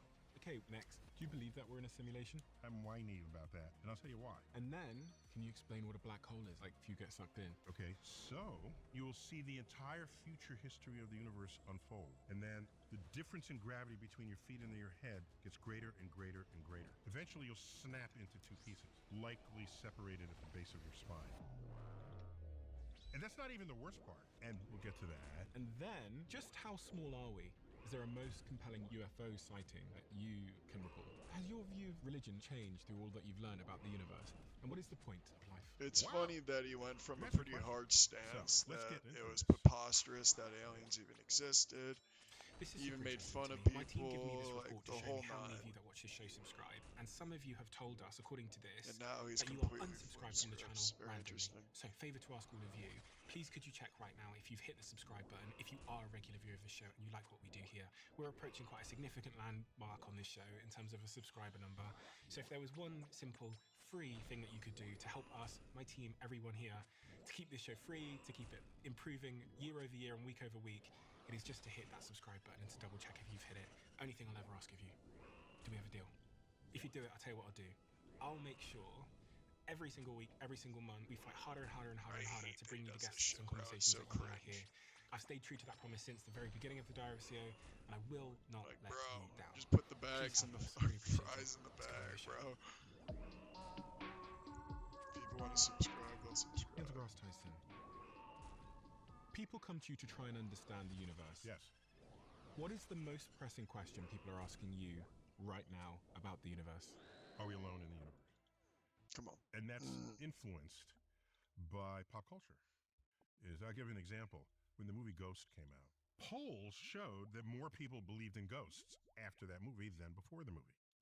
So pop culture is a huge force of influence on our thoughts and feelings and attitudes and what we believe is or is not true. So when you say what is the most pressing question, are we alone in the universe? Then they say, have we been visited? And how will it all end? That's another one. Usually God shows up in there. Is there God? There's an assumption, I think it's a naive assumption, but an interesting one nonetheless, that people who study the universe might stumble upon God because we're told, or at least in our artwork, gods live in the sky. So people then study the sky. When the Apollo astronauts came back, people said, did you see God? Did you see heaven? What is the essence of why people are so curious about these subjects? My best speculation, and this is a wild speculation, and my ego is not based on whether this is true, but it's fascinating for me to think about the fact we are completely comfortable sleeping on our backs. Ask yourself, how many other animals do that? At all? Yeah, but Does isn't a it not beetle a say, "I natural wanna turn position over to and go on sleep my back in? and go-" Do Just like spiders it's just not go on their natural back? for my dog to Think sleep about it, on that's his quite back, vulnerable. but You're asleep she'll sometimes and your pass belly out in is that exposed, position. right? We sleep at night, typically. If you're outdoors, us sleep on your back at night, and you wake up. What's the first thing you see? The universe, the sky. This guy You'll is a see, stretch, brother. comets and meteors and the moon and brighter stars, which we call planets, eventually. And from night to night, wait a minute, the moon had one shape and now it's a different shape and it's a different part of the sky. And these lights are moving. And how could we not be curious? When This in the might middle be of the like night a you wake 9-kill up trip, bro. and the universe presents itself to you. So, I think that's sort of in our DNA, the curiosity about the night sky. I didn't make people interested in the universe. In fact, when I was a kid, my first encounter with the night sky was a planetarium, the Hayden Planetarium here in New York City. I said, wow, I want to study the universe. But but the universe is so interesting. Everybody's going to want to study the universe. There'll be no room for me. And as I got older, I realized there are other things people are interested in. Not everybody wants to study the universe professionally. However, whatever you choose as a profession, it doesn't change the fact that somewhere in you, you're going to look up and say, what is that place in the universe? I thought you were going to say, when you talked about sleeping on their backs, that we are now so comfortable being the sort of apex predator that we're able to sleep on our backs. And actually, we're so interested in aliens because it's the only thing that would threaten our place as being able to sleep on our backs as the apex predator. Oh, yeah, I don't know that ancient people were dreaming up aliens. It's just the night sky itself. Well, okay, let's not use the term alien. Let's just use the term gods. Where are most people's gods? They're in the sky. Yeah. Even in ancient Greece, they're Mount Olympus. Not in the sky, but they're in high places. Look at posters with religious sayings on them. Typically, it's I'll take that though. sunbeams coming through clouds and a beautiful landscape. You're looking at the sky. And by the way, what are our images of deity? Many of them could pass for aliens. Certainly Like not the Gorgons, for example. Look at Medusa. Snakes for hair Medusa. That's as alien as anything you would ever conjure. What else? Images of Jesus. He's floating. He's got beams coming out of him. If he's not floating, he's walking on water. These are things that go beyond anything that's earthly. So now people imagine aliens with all these same powers and weirdnesses. So I don't know that alien is something specific that's in our DNA to think about, but to imagine things beyond ourselves is. And so I would lump them together in that respect.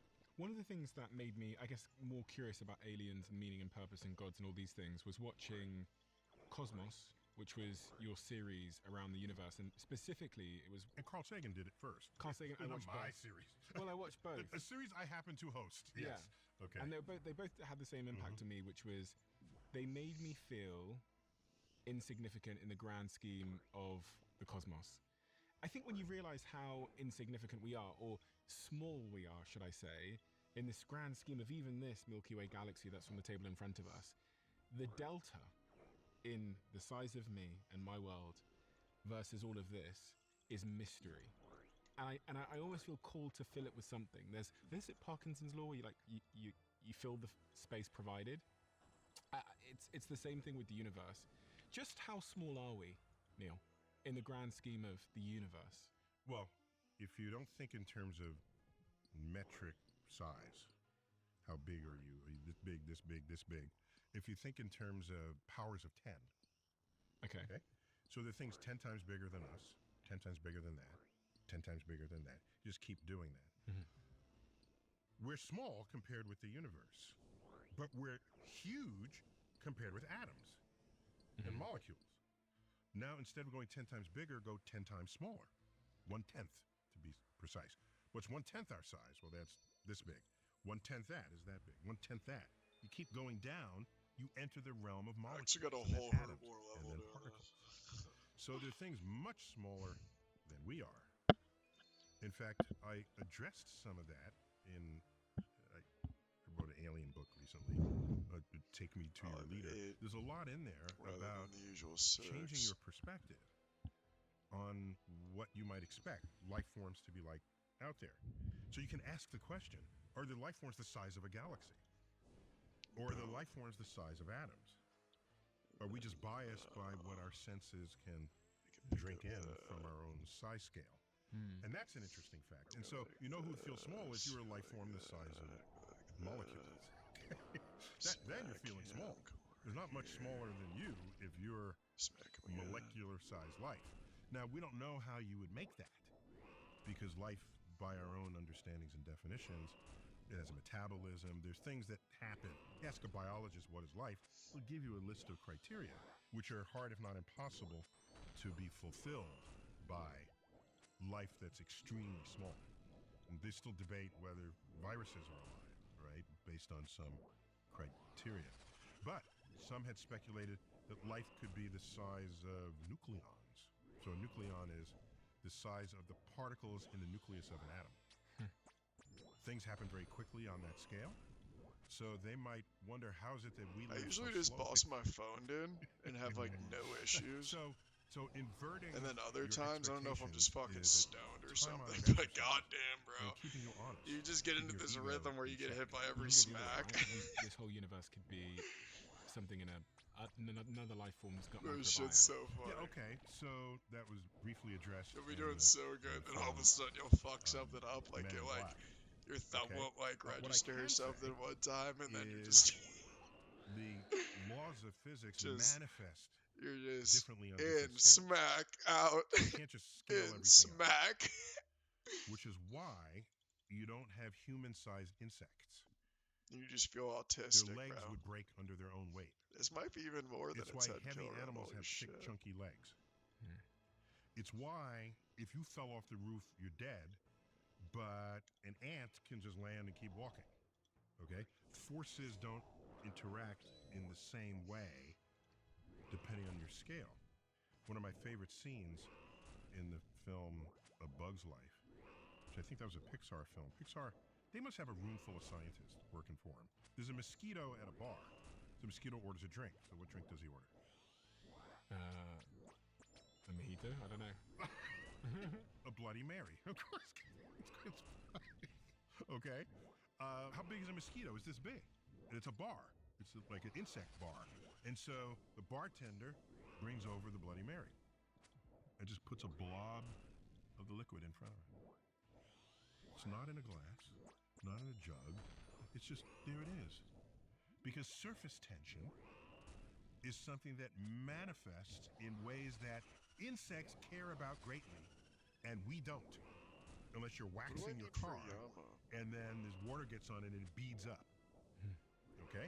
Surface tension is a property of liquids, where the outer surface, the molecules are a little more tightly gathered because they don't have forces above them to pull them into the solution that is the liquid.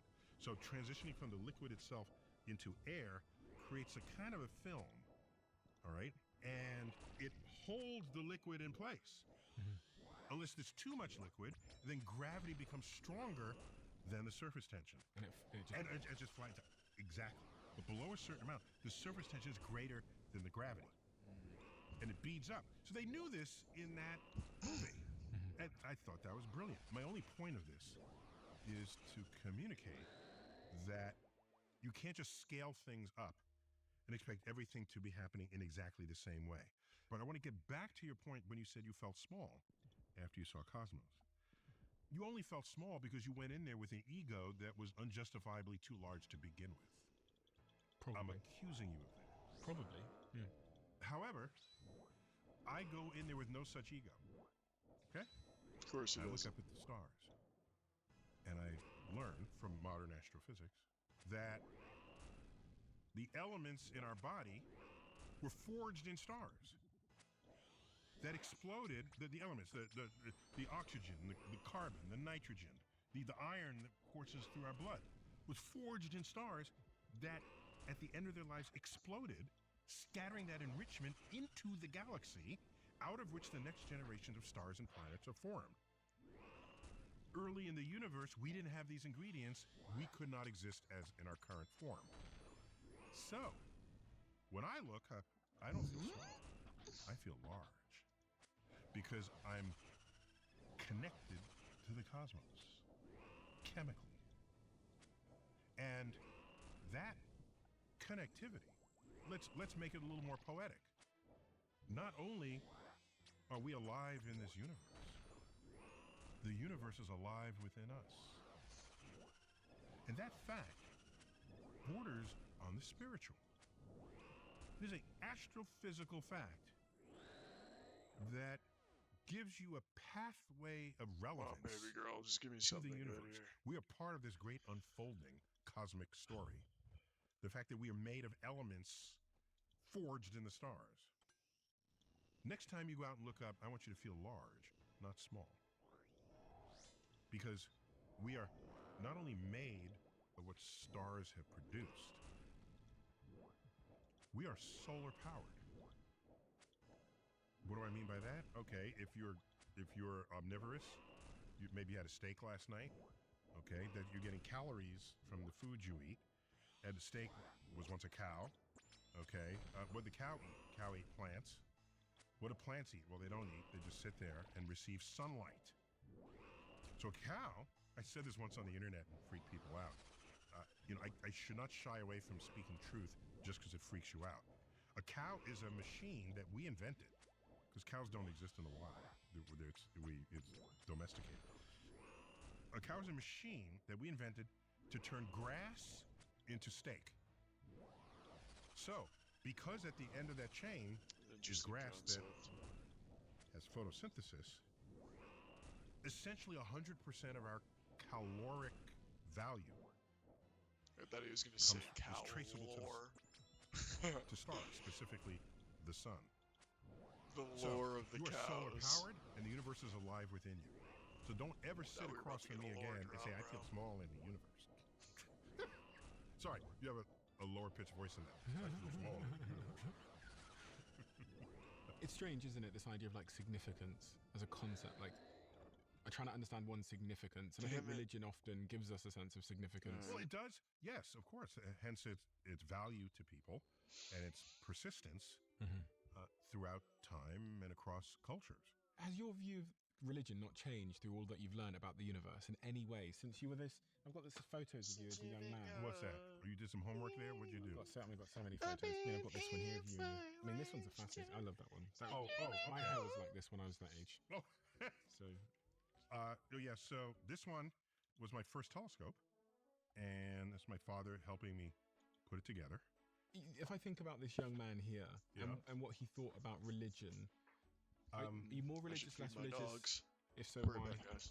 So, by the time I was 8, nothing was making sense that people were telling me about religion. What I didn't know is that belief systems don't have to make sense. That's why they're belief systems. If they made complete sense, it would just be objectively true. If it's a belief system, then it's beyond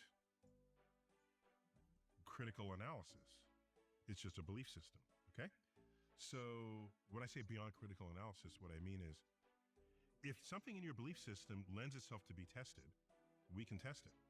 And if what we test shows that what you believe is false, are you going to stop believing? Generally not, because it's a belief system, okay? Most people want to engage you, ultimately, with some kind of spiritual, religious conversation, I have found, especially given my access to the universe. And in the early days, there were easy answers. It was like, this is religion, go ahead, I'm doing science here. Then I thought, I owe people who are religious a more informed and nuanced engagement because of the power and force that religion has exercised on the history of the world.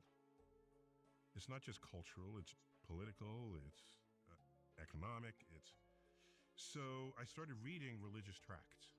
And now, when I'm engaged in a conversation, I have a full-up conversation with people on their beliefs, whatever intersection, if any, with the objective universe, and what those beliefs do for the person who holds them.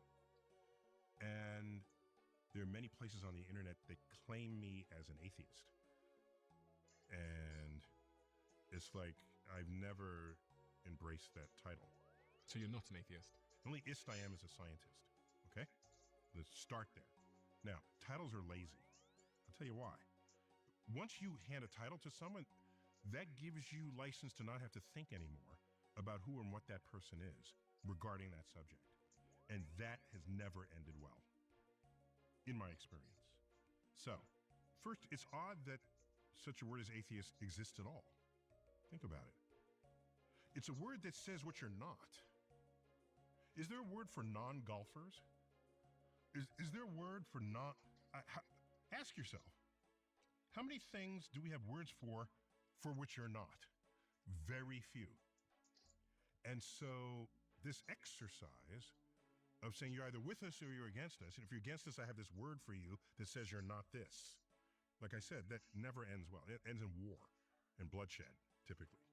Leading atheists today who write books on this, okay? Richard Dawkins is among them. He wrote a book called The God Delusion. That's fighting words if there ever was one. These are people who reject God, reject its influence on politics and society and lives, and would just as soon see a world without it.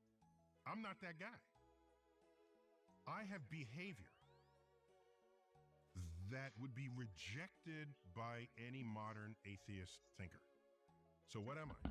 We pick the next word. Would be agnostic. All right, guys. Okay. I'm gonna take a little So let's break. pick that next word, which I also Eat relate some to. food, then I'll be back. Agnostic as well. Agnostic. Sure. Enjoy your I night, just don't boys. know. Enjoy What's your leading night. view of where all of this stuff came from? It's consistent with observations.